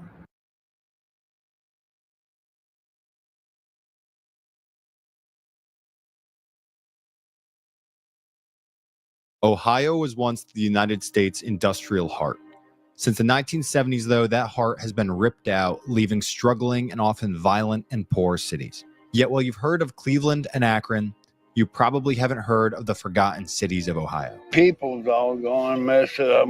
For every post-industrial Ohio city you've heard of, there are dozens that you haven't. Many are here in the Ohio River Valley, which separates Ohio from West Virginia and is home to places like East Liverpool. What happened to East Liverpool when the steel left? We lost a great deal of our middle class. How is it living here? There's just nothing to do. East Liverpool was once the pottery capital of the world. It produced 60% of all the ceramics that were made in America. Back in the 70s, after I graduated from high school, Hall China, they would just open their arms to college kids. If it would not have been for Hall China and me being able to work my way through college, I probably wouldn't have gotten a degree and taught for 30 years. But after World War II, the U.S. began importing plates and other ceramics from Japan and later China. At the same time, the expensive automation technology priced out local businesses. But pretty much ours are mostly gone. There might be one or two very small ones. I'm not really sure about that. Businesses shuttered. The population declined by over 60% and drugs took over. There was zombies walking everywhere, it beat it out, but now it's all methamphetamine. Do you guys like have friends who've OD'd and shit? Walking Memorial, man. Yeah, I've had quite a few. I use fentanyl. I tried to kill myself 5 times with it too, but it never killed me. I snorted 2 grams of it. I was stuttering really bad. I couldn't talk for like over a month, but I'm lucky. They done CAT scans and stuff, and they said I'm healthy now. I guess that's just for saying prayers to God every day. But I've been cleaning, stuttering really bad. I couldn't too, but. Do you guys like have friends who've OD'd and shit? Walking Memorial, man. Yeah, I've had quite a few. I use fentanyl. I tried to kill myself 5 times with it too, but it never killed me. I snorted 2 grams of it. I was stuttering really bad. I couldn't talk for like over a month. But I'm lucky. They done CAT scans and stuff, and they said I'm healthy now. I guess that's just for saying prayers to God every day. But I've been clean for like 13 months now. Incredible. One thing you hear a lot is, why do people do fentanyl? I done it because it felt good. You didn't have to deal with reality. You could just sit in your home, just be a bum pretty much. And the only thing you worried about your next fix. Feeling about the future? I don't know what to think because I want to see my kids. Hopefully they'll forgive me soon. I ain't tried to call them though. I ain't spoke to them in 4 years. I'm scared to call them. I don't want to be rejected. My oldest daughter told me don't call her back until I'm not a drug addict no more. That hurts a lot. This whole area was ground zero for the opioid epidemic when companies worked with doctors to push pills like OxyContin. People got hooked, then turned to heroin, and today fentanyl is king. What was the first time you had fentanyl? When I was 50, I never really done drugs. I broke my back in '96. I was paralyzed and I had to work myself back. All they ever gave you were pain pills. I didn't know you could get help for them when I was 50. I didn't know. So I started buying street foods. I started off with the heroin, but once when I had a taste of fentanyl, it was nowhere near the same. Despite the struggles, though, people like Robin are fighting for East Liverpool's future. We decided to make a group called the East Liverpool Beautification Society. The goal being to beautify this town of East Liverpool. Look down here, there's a fireman down there right now who volunteered his time. He is power washing our diamond. I mean, so he's painting the top of that. Yes, right there in the corner. We had this big fundraiser for people to buy paint. Ah, that looks freshly painted. Fire hydrants are all getting painted. I feel like we're moving in the right direction, that's for sure. I think there is no place like East Liverpool. We have been down and out. We have really had some bad luck. For some reason, we are just a pretty resilient bunch. Real quick, this is just part 1 of our Rust Belt series. If you're enjoying this video and are sick of legacy media's lies and spin, please subscribe for more. 15 miles south, the story repeats. Wellsville once had rail terminals, docks, and pottery manufacturing. The region's industry has shriveled, though, and Wellsville's population fell 70%. What's Wellsville like? It sucks. Like to do. Are there jobs? Not really. As in East Liverpool, though, people here aren't giving up. They'll come through that door on drugs, but after a while, they get cleaned up. We've had quite a few people that's given their life to the Lord that's been down and out without a home. What is that process like where someone comes in, they're on drugs? Yeah, so he'll tell them about us. They'll come in, sit down. One of the girls or whatever go back and start talking to them, invite them back. They'll come back the next time. You just love them. You just got to love them. We pray for favor, Lord, Yes. around them and their YouTube channel. When they put this on the other channels, Lord, that people that are watching it, it's going to explode. Pray as they go back to New York that they would carry the love of Christ with them that they've learned today to do everything that they're doing, Lord. Thank you so much. Wow, you all are the best. Bye, y'all. Thank you. This is truly unbelievable. That's one of the most moving things we've experienced. Now, this entire area is at the center of Ohio's Appalachia. Driving into the mountains, it quickly becomes poor, remote, and beautiful. And the people, despite facing significant hardship, are unfazed, like this couple we met in the town of Irondale, population 326. Where are we in the state of Ohio right now? This is Irondale. Why is it called Irondale? Because of all the plants that were here years ago. Oh, just a question. How long have you lived here? About 35 years. 35 years. Yeah. And you raised your family here? Yes. Telling your kids love going to school and walking to They school? did. They liked going out, just walking to school. They didn't walk up the path to the school. They just felt home. Because when the house burnt down, we tried different places to live, and they want to come back here. People's all gone. Most of them passed away or moved away because of the work. And they're still going to be moving away because there still ain't no work around here. Is anyone living in there? Used to be a home. There used to be a home here. And my house is right there. I built it 15 years ago. This is your house right here? Yeah. That's a beautiful home. 15 years ago. You built it yourself? Yeah. Me and my sons. Further down the river are ex-industrial towns like Empire and Toronto. Many people in these places told us similar things. There isn't a ton of employment or things to do. Ever since all the steel mills closed up, the only thing that really happens in this town anymore is people trying to get into TimeEd for the only pretty much work that's left here. Really thing that goes on this here in town is you go to church and you go get drunk at the bars. Our region's pretty much dead ever since steel mills closed up. Now that they shut down the fire plant, it kind of went to crap. Do most people have jobs or? I'm on disability. I ended up fucking up my shoulder really bad. I can't lift more than 50 pounds, so I don't work at the moment. I've been trying to find something that doesn't involve lifting, but that's hard to come here. You're either working in food or you're working in the only two manufacturing facilities, which is TimeEd and Bulldog, which makes metal racks. But there's community and everybody knows everybody. Are you from Ohio? No, I'm from downstate West Virginia. Virginia. I don't know hillbilly. What brought you up here? Work. How do you like it up here? I love it here. I think I'm going to stay. No way. What do you love about it? It's just nice people, good job, good boss. It's not like being out in the woods. What's it like living out in the woods? It's fun, but it's work.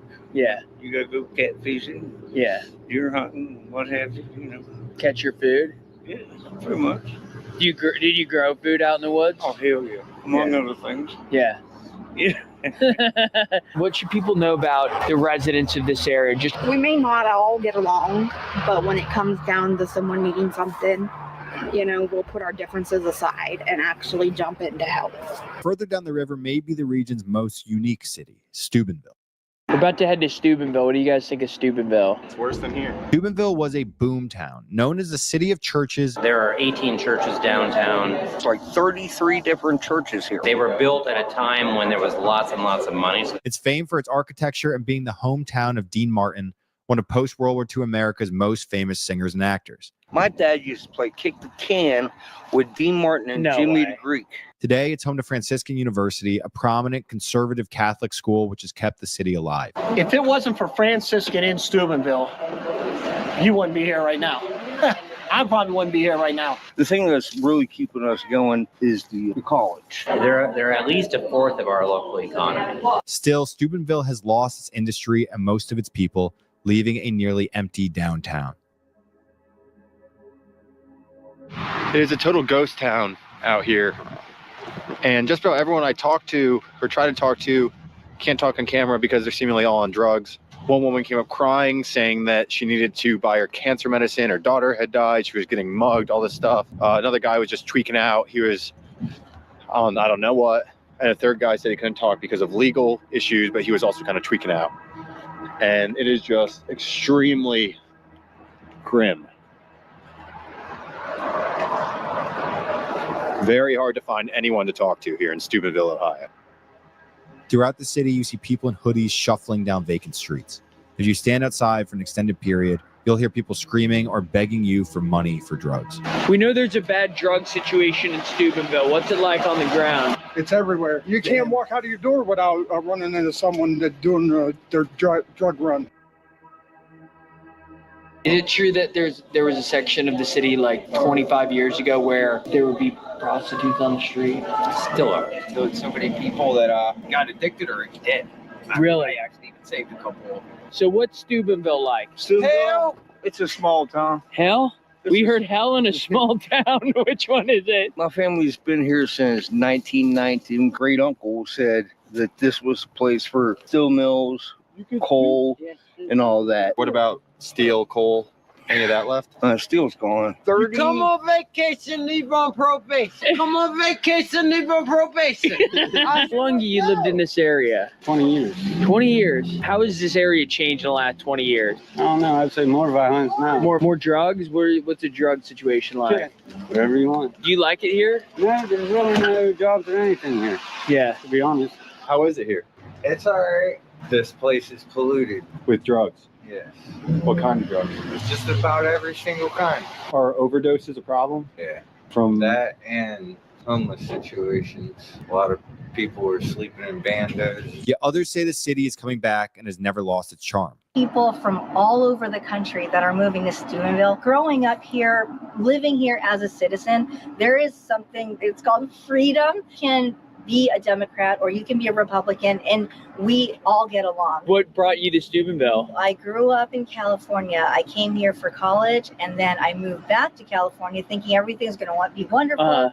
My children were all growing up, and I just realized that the place where I was living before was not really the culture that I wanted our kids to grow up in. It was very materialistic, and we wanted something that was more faith-based, something that was more family-friendly. I was gone for 15 years. I was living in Indiana for a while, and I come back and I was just so shocked how beautiful this place is now. Yeah, the downtown's beautiful. Yeah, you know, it the is record right is now. sweet. Yeah. That wasn't there when I left, and the crime's just about gone. So what brought you to Steubenville? Try to start a new life. Yeah. Couldn't find nowhere I can live in West Virginia. Yeah. So I moved over here. Has Steubenville gotten better or worse since 1999? There was a time that when we first came down in 1999, it was okay. You know, downtown was starting to die. But when the malls started to fade away, you know, Walmart, thank God they came in and brought it back up. And now it's starting to come around. And the reason why it's coming around is there's a family in town called the Nelson. The Nelsons own pretty much everything on 4th Street. That's it, man. 10 years from now, how will Steubenville compare to Steubenville now? Okay, I'll be honest. I think it's really up on an upswing. You know, there's some good people coming in. Franciscan every day puts more money in that college. That's great. Every day. You said you've lived here for how long? But 35 years. How has Steubenville changed in that time? Oh, gotten significantly better because at the time I moved here, steel mills were just not quite closed down. We lost like 70,000 jobs. But in the last 10 years or even 15, lots of revitalization down here, all kinds of things happening. I mean, in each of these cities, a similar image emerged. They lost their industry, but resilient people have fought to turn it around. Perhaps the best message came from a barista in an East Liverpool cafe who wrote a Bible verse on my coffee. I went into a cafe here to grab a coffee, and they write a Bible verse on Wow. here. Do you know the verse? Isaiah 9:2. I don't. I Googled it. It is, the people who walked in darkness have seen a great light. Those who lived in a land of deep darkness, on them light has shined. Given the struggles and resilience of the people in Appalachian, Ohio, that verse couldn't have been more fitting. Thank you for watching this video, and make sure to subscribe for the rest of our Rust Belt series. We'll be back soon with videos from Youngstown, Ohio, Cleveland, Akron, and Flint, Michigan. It wasn't supposed to be like this. This was the city of homes, a boom town, a place where anyone who wanted a middle-class life could find one. Today, it's none of those things. You know it got worse. The mill's gone. In 2017, a pair of economists coined the term deaths of despair to describe a surge in drug and gun deaths among healthy people. Between 2010 and 2019, there were 53,632 of them in Ohio. We visited Youngstown, one of Ohio's most notorious cities, to understand what's driving this and what it looks like. Last year, Youngstown and its surrounding county recorded nearly double the national average rate of overdose deaths, 53% more suicides, 6 times the average murder rate, and nearly double the national poverty rate. How did drugs become such a problem here? It seemed to grow after the mills shut down. Nobody had no jobs. Come home from the service, I expected to get a job at the mill was closed. So I had to do roofing and drive a cab. I had to do whatever it took to support myself. If it took robbing you, that's what I did. 70 years ago, Youngstown was a great place to live. It was the headquarters of 2 of the United States' 5 largest steel companies, Republic Steel and Youngstown Sheet and Tube. Then competition, greed, and bad decisions ruined the city. I guess what I'm wondering is, with the mill, a lot of those jobs left a couple decades ago. And when you talk to people here at the government, they're always saying, Because greed, right? Ain't that where our mills went? Out of the country? Greed. Stop. It's not Republican. It's not Democrat. It's not independent. It's greed, corporate greed. And you got the right man in office. If you want to make some money, you got the right one, because he don't give a f. Is anything coming in place the mills? I don't know. Real quickly, our mission here is to capture the world as it is without bias or fear. If you're enjoying this video and don't trust Legacy News to show you the truth about the country, please subscribe. By the 1970s, American steel companies were losing to German, Japanese, and South Korean ones. This was reinforced by U.S. policies, a strong dollar, regulation, and low tariffs that encouraged imports. American companies chose to take home the money they were making as profit rather than invest it. Meanwhile, unions demanded pay and benefits that made their workers less competitive. The result was Black Monday. Monday, September 19th, 1977, began in the Boardman offices of Youngstown Sheet and Tube with the announcement that the company's Camel Works, one of the Youngstown district's largest steel mills, would be shut down by Friday. 5,000 people lost their jobs immediately. This was the tip of the iceberg. Plant after plant would close in the following years, costing Youngstown 40,000 manufacturing jobs, hundreds of supporting businesses, and most of its tax base. It ain't many jobs around here.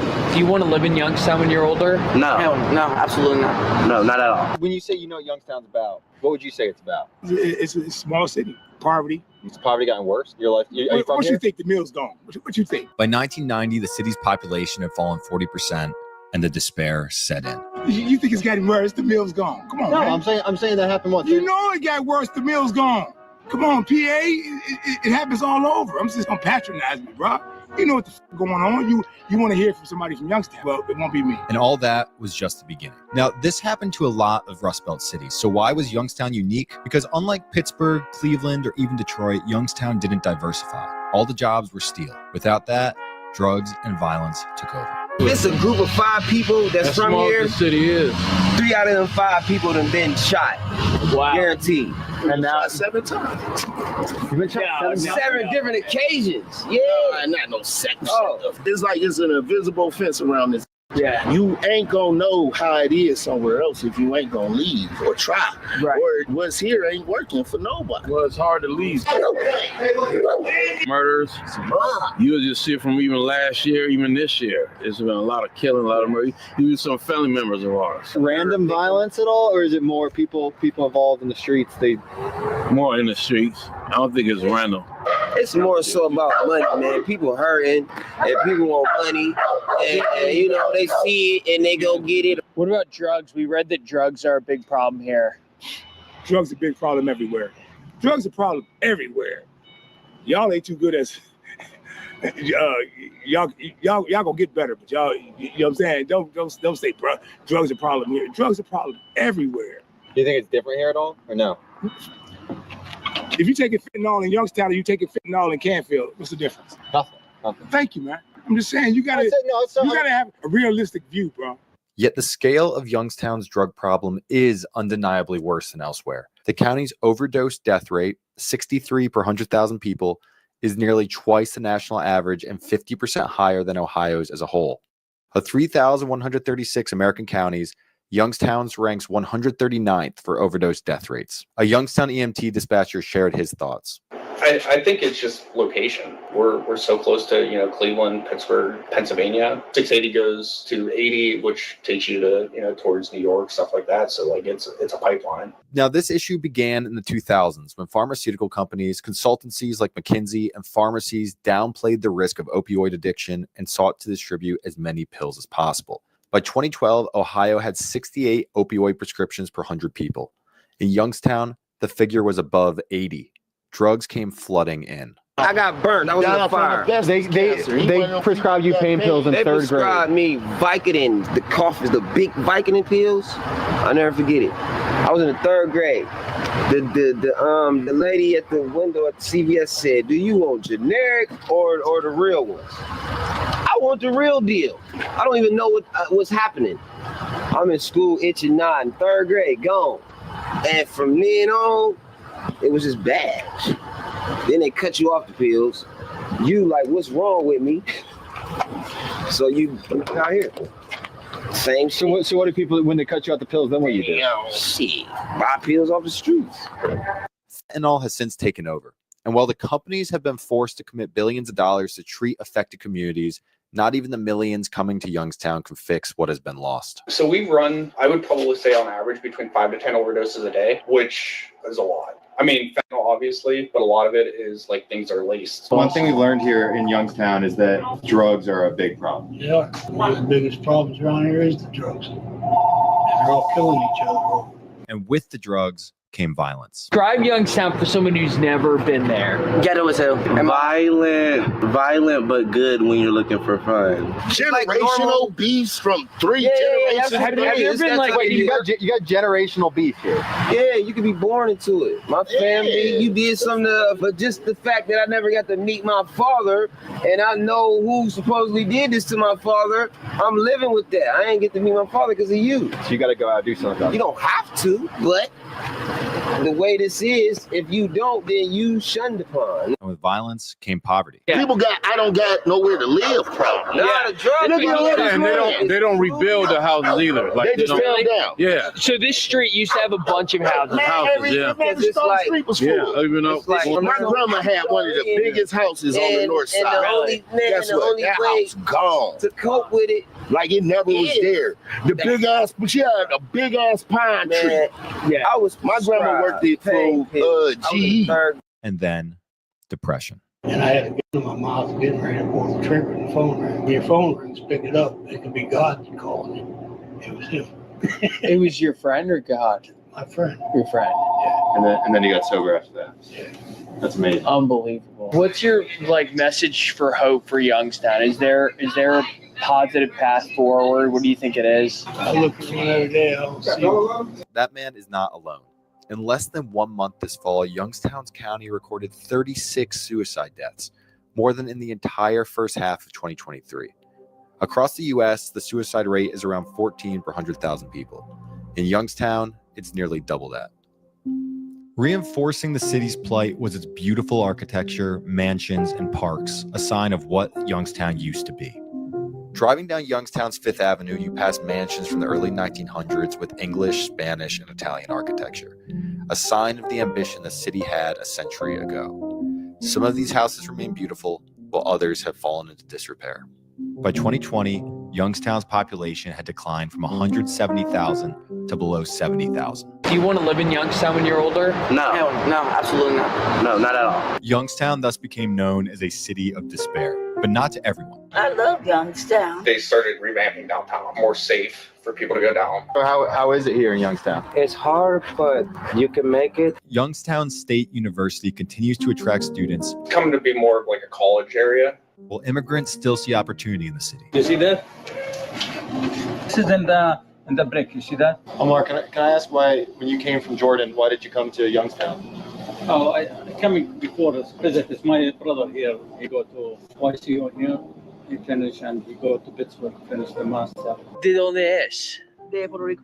When did you move here? 8 years. ¿Cómo está? Todo bien, gracias a Dios. Para no Yeah. tener familia over ni house. Uh-huh. Gracias a Dios, estoy bien. It's good. But I think Puerto Ricans, because they have the capital, as money as the people who are actually doing good. Others say it's people who are causing the problems, and you can't blame the city. Most people have drug problems because they put it on themselves. I probably could have had one too. I love candy, so that's a drug. After visiting a place like Youngstown, you wonder who to blame. Governments for failing to stop the decline, drug companies for making a bad situation vastly worse, steel companies for layoffs, or was it all just inevitable? The answer won't bring back Youngstown's glory days, but it could save the next city from becoming one of despair. Thank you for watching this video. Please subscribe if you enjoyed it. The rest of our Rust Belt series will go to Cleveland, Gary, Indiana, Chicago, Detroit, and Flint, Michigan.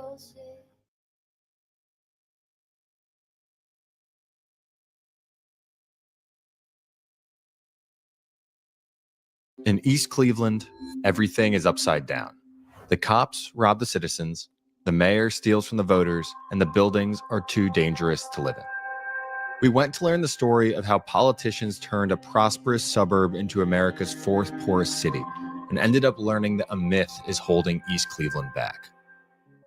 We originally planned to go to Cleveland, but a reader of ours DM'd us that the real story was in East Cleveland, an independent city right on the edge of Cleveland. So we went there instead, to find out why this city was so notorious and who was to blame. The blight began as soon as we entered the city limits. Abandoned buildings, potholed roads, empty storefronts. One of the only open businesses was a convenience store with locals gathered outside. I've been here 23 years. I got here 2001. When I first got here, it was kind of like off the chain, bad. I ain't gonna say bad because I ain't never experienced bad. So I don't know what bad is. But I know one thing, it was different. I would just say it's different. Late 80s, early 90s, we had almost 1 million people in Cuyahoga County. We under 400,000. Wow. A lot of people buried, a lot of people went to jail, a lot of people got the hell out of here before they got buried. I feel like nowadays, safety-wise, jobs-wise, opportunities. You can get jobs here, you just got to apply yourself. It's still livable, you could live, but you still got to know the streets too. Because, this being Cleveland get known for, oh, he buried over there in the field back there. As me growing up, I grew up in it, so I was a part of it. But, we learn how to navigate throughout all that being around where we're from. It's just hard. I mean, if you actually go up under that bridge right there, you'll really get a shot of East Cleveland. You'd be like, oh my God. Off camera here, one man told us that he had just had bodies dropped in his yard. Another group of people told me to get out, so we left and drove further into the city. A century ago, Cleveland was America's 5th largest city. Its richest people lived in East Cleveland, including John D. Rockefeller, who had his summer home here. His estate still overlooks the city. Jobs were in abundance. East Cleveland was the world headquarters of GE Lighting, while Cleveland had booming steel, oil, and auto industries, and it was just a quick train ride away. Today, all of that's gone. To learn more about what happened, we went to one of the city's largest apartment complexes, Forest Hill Terrace. On the way, we heard this on the main road. That sounded like a gunshot, and then there's a girl screaming. What happened here? Drugs, man. Drugs did this. Crack did this. Alcohol did this. Mental problems did this. We are really terrorizing ourselves with the things that we do, bro. Because it's not that black people don't get the same, nowadays, the same opportunities. So if you're getting the same opportunities, yet destruction follows you wherever you go, you have to look at yourself eventually. And I think that's the problem with my people. We don't look at ourselves. We look at everybody else. What I do use as an excuse, if you will, is the government not being fair to everybody. Now, if it's not being fair to everybody and we're third-class citizens, second-class citizens, pardon me, well, third class, because now that the immigrants, no disrespect to them, now that they're coming in, who you think gonna take their place? Who place you think they're gonna take? Say a lot of white people would say, well, it's systemic racism, it's over-policing. Bullshit. How is it over-policing? That's the problem. How is it over-policing when they don't have enough police to police the area? Now, I would say this, it's too many crooked cops. And when they arrest my friends, they take their shit, don't take them to jail, or whoop their ass. It's shit like that going on. I mean, that happens out here? Hell yeah. Hell fuck yeah. In your lifetime, has it gotten a lot harder to find work? No, because I'm educated. And I know when to turn the fire off and when to turn the fire on. I don't take my hood to my place of work. But I'm quite sure it's a lot of people that say, yeah, it's hard to find work, you know. This is the problem. Without education, see, my people don't know that the electoral vote puts the president in office. Vote for legislators, for judges, for sheriffs. That's what we vote, but we don't do that. We be in a frenzy about who finna vote for the president. Who gives a f? They still ain't gonna do nothing for you. Oh, I'm a Democrat. My daughter and I were just talking earlier. Dad, I'm a Democrat. I said, baby, Lincoln didn't free the slaves because he wanted to. He freed the slaves because he had to. Originally used to be Czechoslovakia, now it's Czech Republic. But I escaped in 1980. There was communism over there, so and I think in October somebody get shot here. So In one of these buildings? between the buildings. Yeah. Between the buildings. Yeah, so still very dangerous people, drugs and all that shit. How's Cleveland? Yeah, you ask me, I'm gonna rate it from a 1 to 10. I'm gonna say about a 7.5. It's pretty good. See, East Cleveland, I'd say probably about a 4.5. Why that gap? 7.5 Cleveland, Well, 4.5. this suburb here is probably one of the worst in the country, in the United States. I've been living in there 12 years. 12 years, and I'm gonna get out. This be my last one. Murder cases and stuff like that, drugs, prostitution. So Now, if you're enjoying this video, please subscribe. Our mission is to capture the world as it really is without bias or fear. What we're doing in the Rust Belt, we'll soon be doing in California, Mexico, and Pakistan. No place is off limits for our reporting. Do not miss it. East Cleveland's plight is part Rust Belt story. Industry started to collapse in the 1960s and the jobs left. At first, East Cleveland seemed insulated. Its 40,000 people weren't factory workers. They were mostly white professionals. East Cleveland was just a prosperous suburb. But a deteriorating situation inside Cleveland led middle-class blacks to move to East Cleveland. As they did, the whites moved out, often rushing to offload their houses to lower-income blacks. As more industry left, businesses closed, and the middle-class blacks moved out. Soon, there was crack, gangs, and violence. Today, 40% of East Cleveland's people live in poverty, and the per capita income is $19,526, the fourth lowest of any city in America. But this city need a whole lot. That's why Cleveland won't merge with it. They owe $50 million to victims of abuse right now through civil suits. East Cleveland does. East Cleveland owes. Through police abuse? Police brutality, lawsuits won.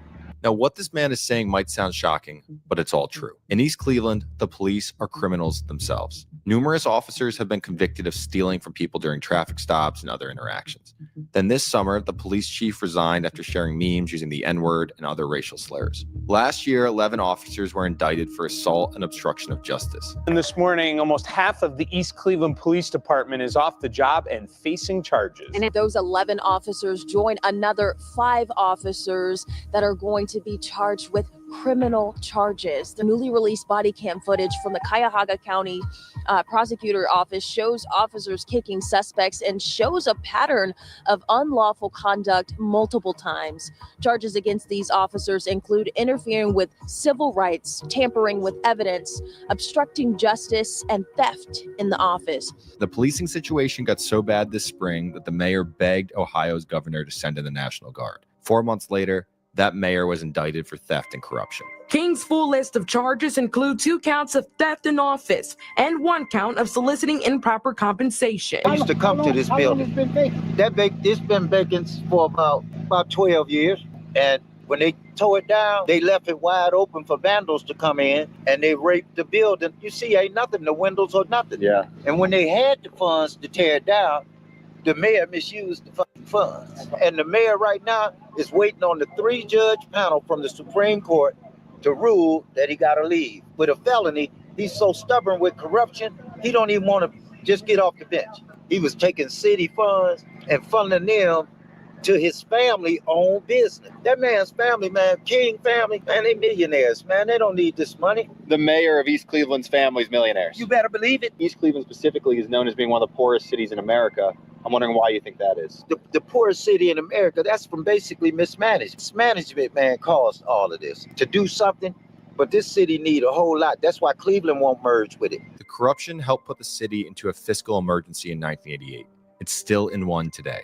The situation has gotten worse as the population has continued to collapse. In East Cleveland, corruption straddles party lines. every mayor they put in there, you know, they're not the right type of mayor. Well, it's mostly had Democratic leadership. It had a Republican mayor from 1998 until 2004. He was convicted for racketeering, extortion, mail fraud, and tax evasion. 4 years later, his son murdered his own mom for allegedly snitching on his dad, the mayor. Corruption has meant that places like this, the Huron Place Apartments, have sat vacant for years, a criminal hideout and eyesore for the whole city. To be perfectly honest, I hate to say it, but I don't know. When they get ready to go before that and inspect that building, ain't no telling how many bones they gonna have in there. It's an easy dumping spot. Think about it. Wide open, don't nobody watch. Dumping spot. They've been dumping bodies in houses in East Cleveland. Come on. This is a little bit spooky. Yeah, but this is spooky, but if you think this, somebody told me 20 years ago, it was one of the most prestige buildings in the Cleveland. There was going disco downstairs and it was number one, and look. Do you know what happened to it? They start moving out and out and out, and they wanna replace the whole building, make it like new, and they start putting a new door and stuff like that. Before they finish it up, one part of it, somebody steal it, and so just owner, I think, say hell with that and leave that like this, and that's wow. Driving down the main road, we saw a sign, "Make East Cleveland Safe Again." We called the number and reached Art McCoy, an author, businessman, and anti-gun violence activist. We're looking to talk to some people about the situation in East Cleveland. Born and raised in East Cleveland, he had his own theory about what happened here, that everything was by design. Watch how systematically this great city, this safe city, this prosperous city has been destroyed by bureaucrats. Do you think East Cleveland is the worst it's ever been because it's an effort to drive out the Yes, black sir. residents? Gentrification. That's the deep line. Yes, sir. Yes, sir. And why do I know this? Because I've lived it. Gentrification process doesn't take place in a year, in 2 years, in 10 years. Sometimes it takes 40, 30, 40 years. We're in the hood. You say that, right? Cleveland Clinic, one of the greatest hospitals in the world. They're in the hood, but you wouldn't consider them in the hood. But when you ride through there, straight down Euclid, and when you hit that bridge, Lord have mercy, all of a sudden you're in the hood. Do you think that the powers to be are going to continue to let that part of the hood flourish? And as you come down Euclid, all of a sudden you run into potholes, crime, torn out buildings that look like Lebanon. It's a reason behind this. I guarantee you right now, if I stay in this shop long enough, I'll see white people and other ethnic background people walking through here. The shop will become a multicultural shop, as it's becoming now, with Africans and Asians and people, Mexican, people from all over. That's a part of the process. But before you can get to that process, and this is the sad part I hate about this, you got to tear a city apart. We're at the 90 percentile of this happening. Art and many others believe that the government introduced drugs like crack to accelerate the decline. A lot of people think drugs were planted in black communities. It's not a thought. This is real. I lived it. First couple years that the drugs came in, everything was beautiful. Everybody had money and they were driving their cars. But right after that, signifying thing that still rings in my memory, the young boys selling drugs and crack cocaine is all around and everybody flourishing. And then the winter came. And the next spring, when I came into the neighborhood, all those young guys that had those cars and were selling that drug, they're gone. They vanished. Like, where did they go? And then all of a sudden, I saw a new group of young men out in the street doing the same. That first wave of young men, they got busted, went to prison or wherever. Then they brought another wave and another wave. And When you say they brought, you think it's the government or something else? Oh, absolutely, the government. And I'll tell you something. They tried to do it again with heroin. We said, stop. After the crack had died down, they brought the heroin in. If heroin come in behind crack, it's going to devastate our community and it will be the end of the black community. But guess what happened? Guess what happened, sir? Sorry to devastate the white community. God intervened. Said, I'm not going to let you destroy those people like you did with crack. I'm going to spread it around. Despite his politics, he had Kamala merch on the walls. Art wanted Trump to succeed. I'm going to shock you with this. I'm a Kamala person, but since we have a new administration, President Trump, you say you like the young black guys and you like the way they supported you. You know, they need help. They're the most struggling young black men. So we're going to ask you to help us come to East Cleveland and help us Make East Cleveland safe again. Almost proving Art's point, when we walked outside, there was a white guy jogging down East Cleveland's main street with his AirPods in. Now, the wildest part of this story. One of Cleveland's nicest suburbs, Brattonall, sits just next to East Cleveland. A highway splits them, and driving under it is like entering a different world. You go from abandoned blocks to gated estates right on Lake Erie. It's hard to overstate the difference between East Cleveland, where we were, and Brattonall, where we are now. Well, it was hard to find people to talk to here. We did interview one white woman on the street. All right, so as you were driving through the really nice neighborhood here, Brattonall, we saw a lady walking on the street, pulled over, tried to talk to her. So I asked her if we could interview her for the video we're making, and she said, it's all in the history. I said, what do you mean? She said, well, it's all in the history books. And I said, yeah, but I'm curious about the way people here relate to the people over there. A highway divides you, and yet it's two totally different worlds. And she goes, don't you know what redlining is? Redlining has long been the media's way to explain current failures in inner cities. It refers to the former government practice of marking areas as red, meaning high risk, and thereby preventing investment, setting them on the path to failure. This is often done to minority areas and has been linked with poverty today. But redlining ended in the 1960s. And back then, East Cleveland wasn't a poor minority area. It was a wealthy white suburb. But to ignore the fact that this is a much bigger thing, these houses here, a lot of the houses in, for example, there's a Millionaire's Row here. It was built to house the management and the owners of these steel companies. And this same kind of thing here. You had a lot of big companies and executives who lived here, and the working class lived across the highway. But the thing is, when these places shut, these people were fine because they own houses that look like that, and those people lost everything. What's happened since is a failure by all levels of government, a story of people using institutions to exploit people rather than help them. It's people like those in Brattonall who have the money and influence to potentially change things, but it's simpler for them to blame the past, although that does nothing to solve the problems of today. If you enjoyed this, please subscribe. We post these videos twice every week.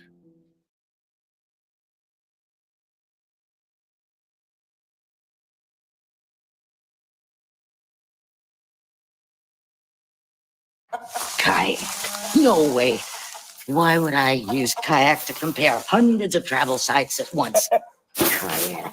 I like to do things myself. I do my own searching. It's efficient. Use kayak. I can't trust anything else to do the job right.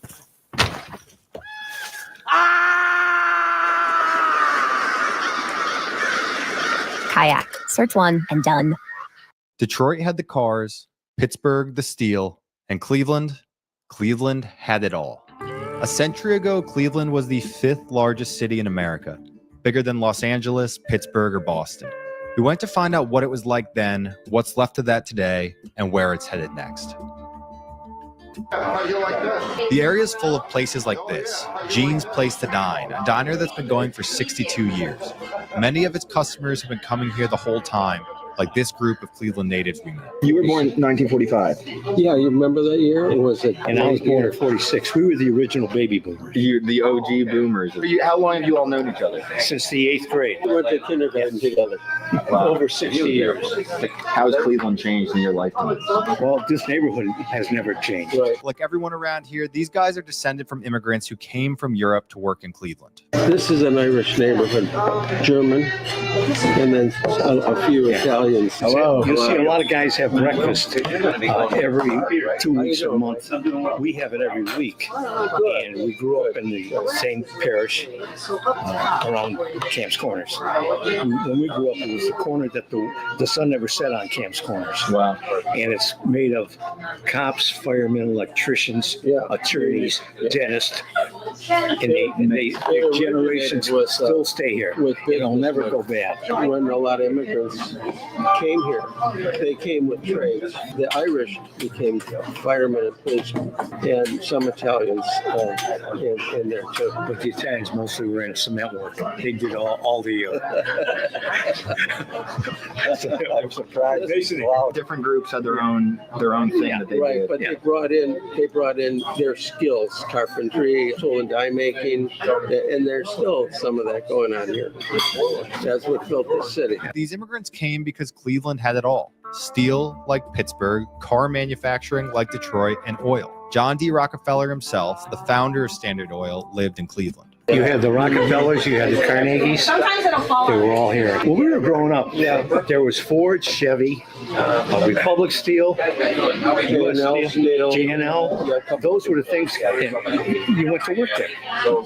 Now, How many auto manufacturers were here? Well, there are at least 3 down in the flats. Automakers. You had Chrysler in Twinsburg, you had Chevy and Ford in Brook Park and Parma. Cleveland's boomtown status brought in a lot of money that funded a lot of stuff. Skyscrapers, the country's second largest theater district, and one of the largest urban park systems in the country, Cleveland Metro Parks. This stuff remains today, but driving around, it's clear that much of the prosperity that fueled Cleveland's rise is no longer here. When the working class Rust Belt industries left the city in the 1970s and 80s, poverty and crime rates rose and middle class people moved away. Today, swaths of the city are abandoned and some of the city's neighborhoods are the poorest in the country. East Cleveland, which is technically its own city, is the 4th poorest city in America. East Cleveland specifically is known as being one of the poorest cities in America. I'm wondering why you think that is. The poorest city in America, that's from basically mismanagement. East Cleveland is a symbol of everything that can go wrong in a city. High crime rates. That sounded like a gunshot, and then there's a girl screaming. Police abuse, political corruption, and depopulation, all of which have turned it from an immigrant magnet to one of the country's most notorious cities. What happened here? Drugs, man. Drugs did this.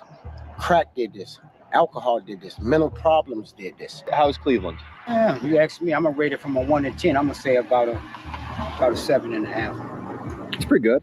Say East Cleveland, I'd say probably about a 4.5. This suburb here is probably one of the worst in the country, in the United States. They owe $50 million to victims of abuse right now through civil suits. East Cleveland does. East Cleveland owes Through police abuse? Police brutality, lawsuits won. It's too many crooked cops. And when they arrest my friends, they take their shit, don't take them to jail, or whoop their ass. It's shit like that going on. And I think in October somebody gets shot here, so. In one of